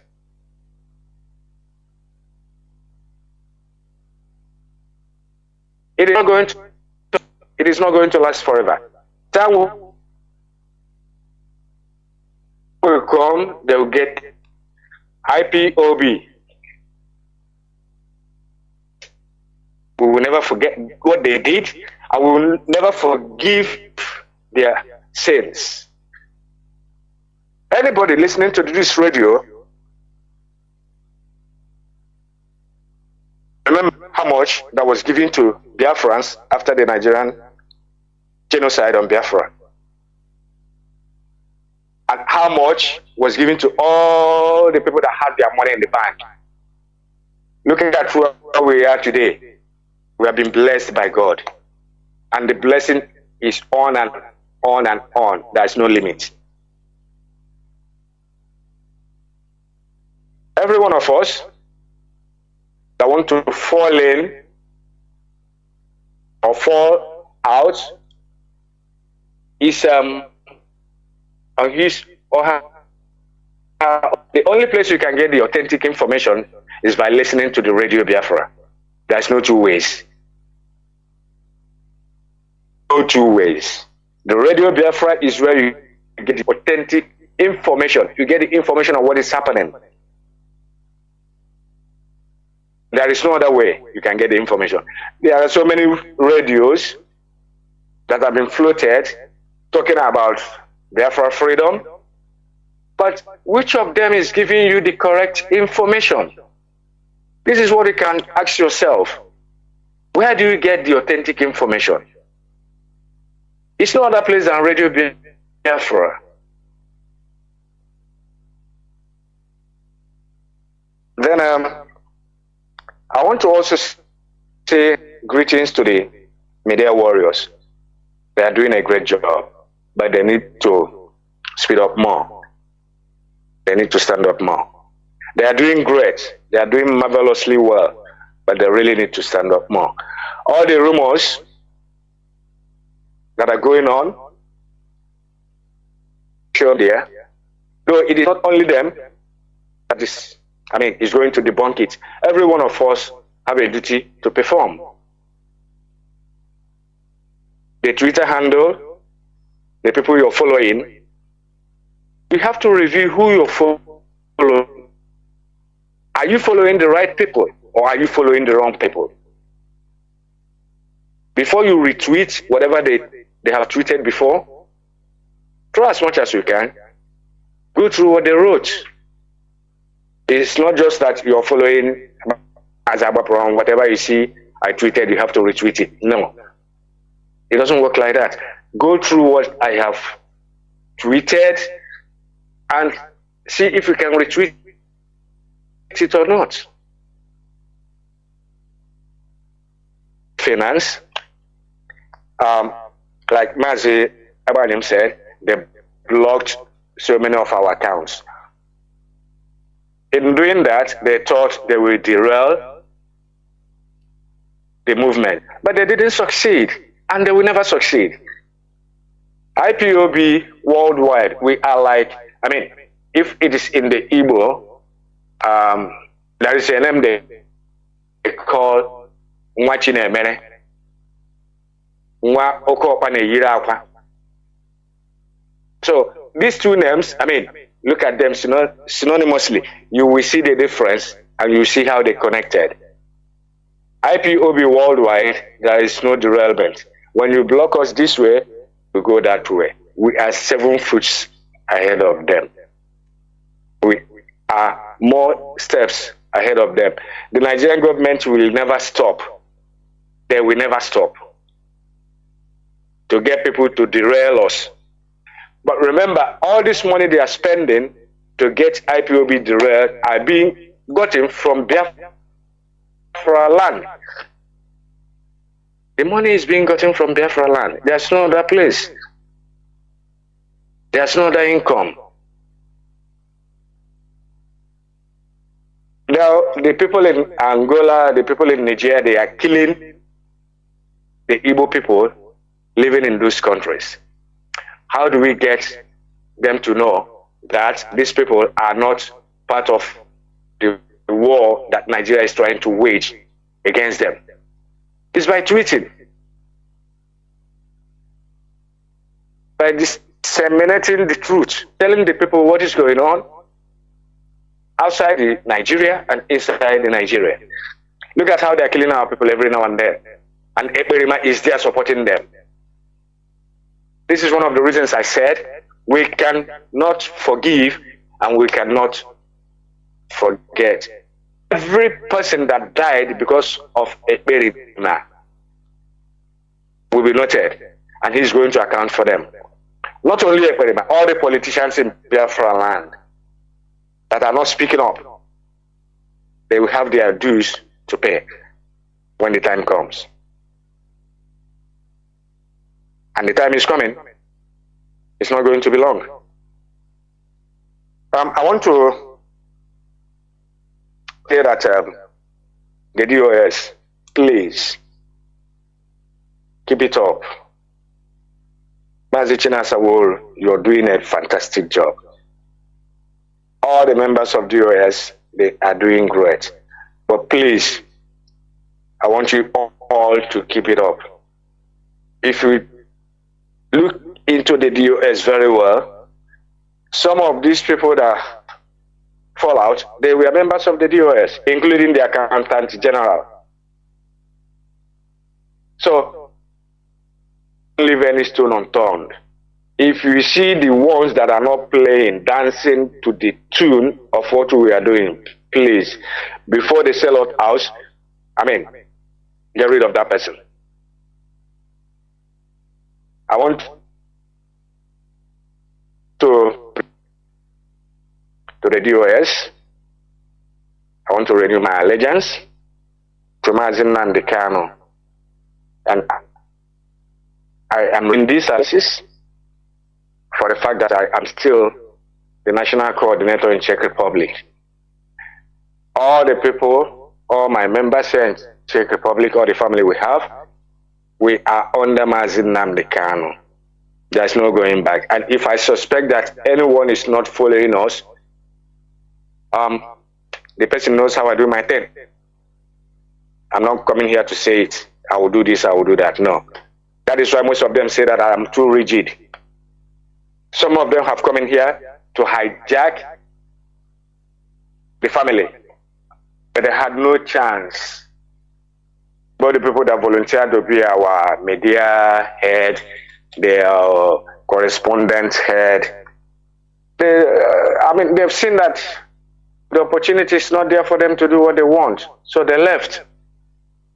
And most people are saying that I am too rigid in Czech Republic. Yes, I will remain rigid. I even want to be more rigid than I am now. I have no enemy. I have no friend. As long as you are under the IPOB led by Mazi Nnamdi Kanu, you're my brother. Whatever the Ekperima is doing, he is not a member of IPOB and he will never be a member. Now, everybody should watch out. So many people are going to fall out. So many. Mazi Nnamdi Kanu said it before. At a time like this, we will be witnessing things like this. And many more are going to come. Many more are going to come. I think I will stop here. I don't know if I've exceeded the time, but I will give the mic back to Mazi Abanim. I will stand by. If there's any question to ask me, I am here to answer it as long as Czech Republic is concerned. I also want to thank Mazi Chinedu for hosting us. Mazi Chinedu, you are doing a great job. So most of the times that I call, I know the line must have been busy. My line doesn't go through. So most of the time I wanted to talk one or two things, but I doesn't get through. But it's not your fault. I'm not putting the blame on you. Thank you very much for doing the great job. Thank you for doing the good job. Mazi Abanim, I hand over the mic to you now. Thank you, sir. You have done very well. You've done justice to the program. Biafrans must be glad that we came tonight, and like I said, we will continue to come from time to time, batch by batch, until all the coordinators in Europe have spoken, until they have addressed Biafrans, and especially those in their countries of jurisdiction. We want to use this opportunity to thank those who have listened tonight and pray that the message we have brought tonight will sink and germinate that to bear fruit, because that's our own coming up tonight to speak. Also, them to those lions who have come out to see who they are. But before one Biafrans to be warned, so that they can be armed against of our enemies who have solely come to turn this struggle into franchise, into to enrich themselves upon the blood of Biafrans. And this is unacceptable before God and before man. So we want to close by saying that Chukwuabiama will continue to bless IPOB members worldwide, strengthen those who are honestly and consciously committed into the Biafra project. He will continue to protect and guide Mazi Nnamdi Kanu and his family, especially his Lolo, Kanu. She shall be strengthened, and we know how difficult it is for her, but Chukwuabiama will never abandon his own. Pray for you, Lolo. We pray for your family, pray for IPOB families worldwide, and that Chukwuabiama will continue to sustain each and every one of us. Give us all the enablement to get this Biafra restored as soon as possible, and our leader to be released imminently. That is our prayer, and it is in the name of Chukwuabiama I have prayed it. He said, Mazi Chinedu, we have come to the end of the program for tonight. We are going to come back on Saturday. Thank you so much for hosting us, and thank you for doing the good work. Dear friends are delighted with what you are doing, and all other radio presenters. Thank you so much, Mazi. They were watching it. All hail Biafra.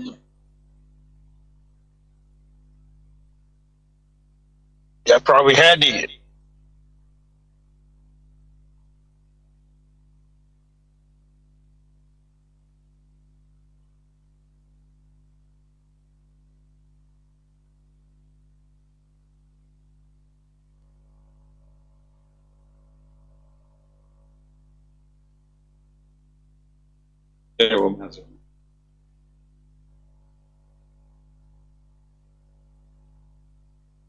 Yes, we have come to the end of tonight's program. We are going to come back again on Saturday with another batch of national coordinators. Yes, in Europe, until all of them have addressed Biafra. That's our program. Thank you so much. There were and all the coordinators that have spoken, we must continue soldiering on, because we cannot go back. We have no back to go to. IPOB, the structure of IPOB is working, and we are moving on. Thank you for your renditions and speeches to Biafrans and all lovers of freedom all over the world. Biafrans and lovers of freedom, this is where we come to the end of the program. Tomorrow is another day. We must continue doing what we are doing, because we have no back to go to. If we stop this, we are all perishing. That is the reality. Therefore, Biafra remains our ideology. Biafra remains our religion. Biafra remains our focus. Therefore, we have to continue. From me, Mazi Jonathan Chinedu, it is simply good night.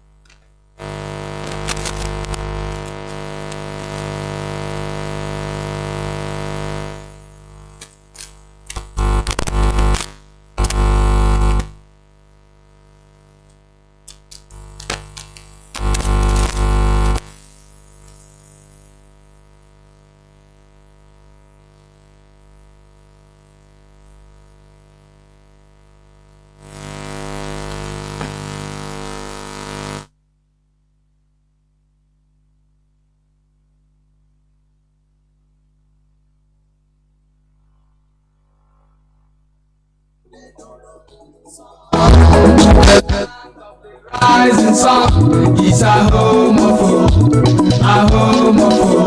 of the Biafrans. The fire of the eastern land is a promised land.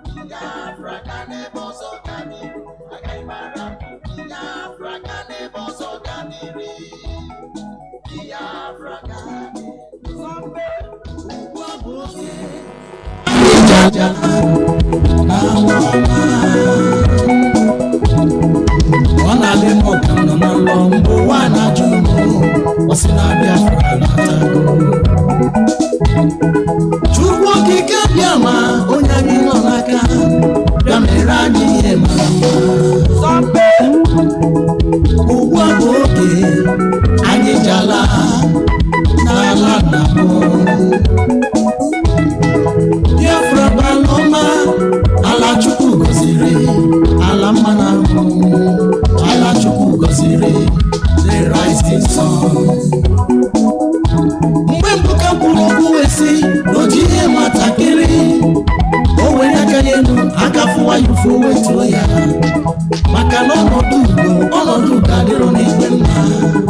Hey!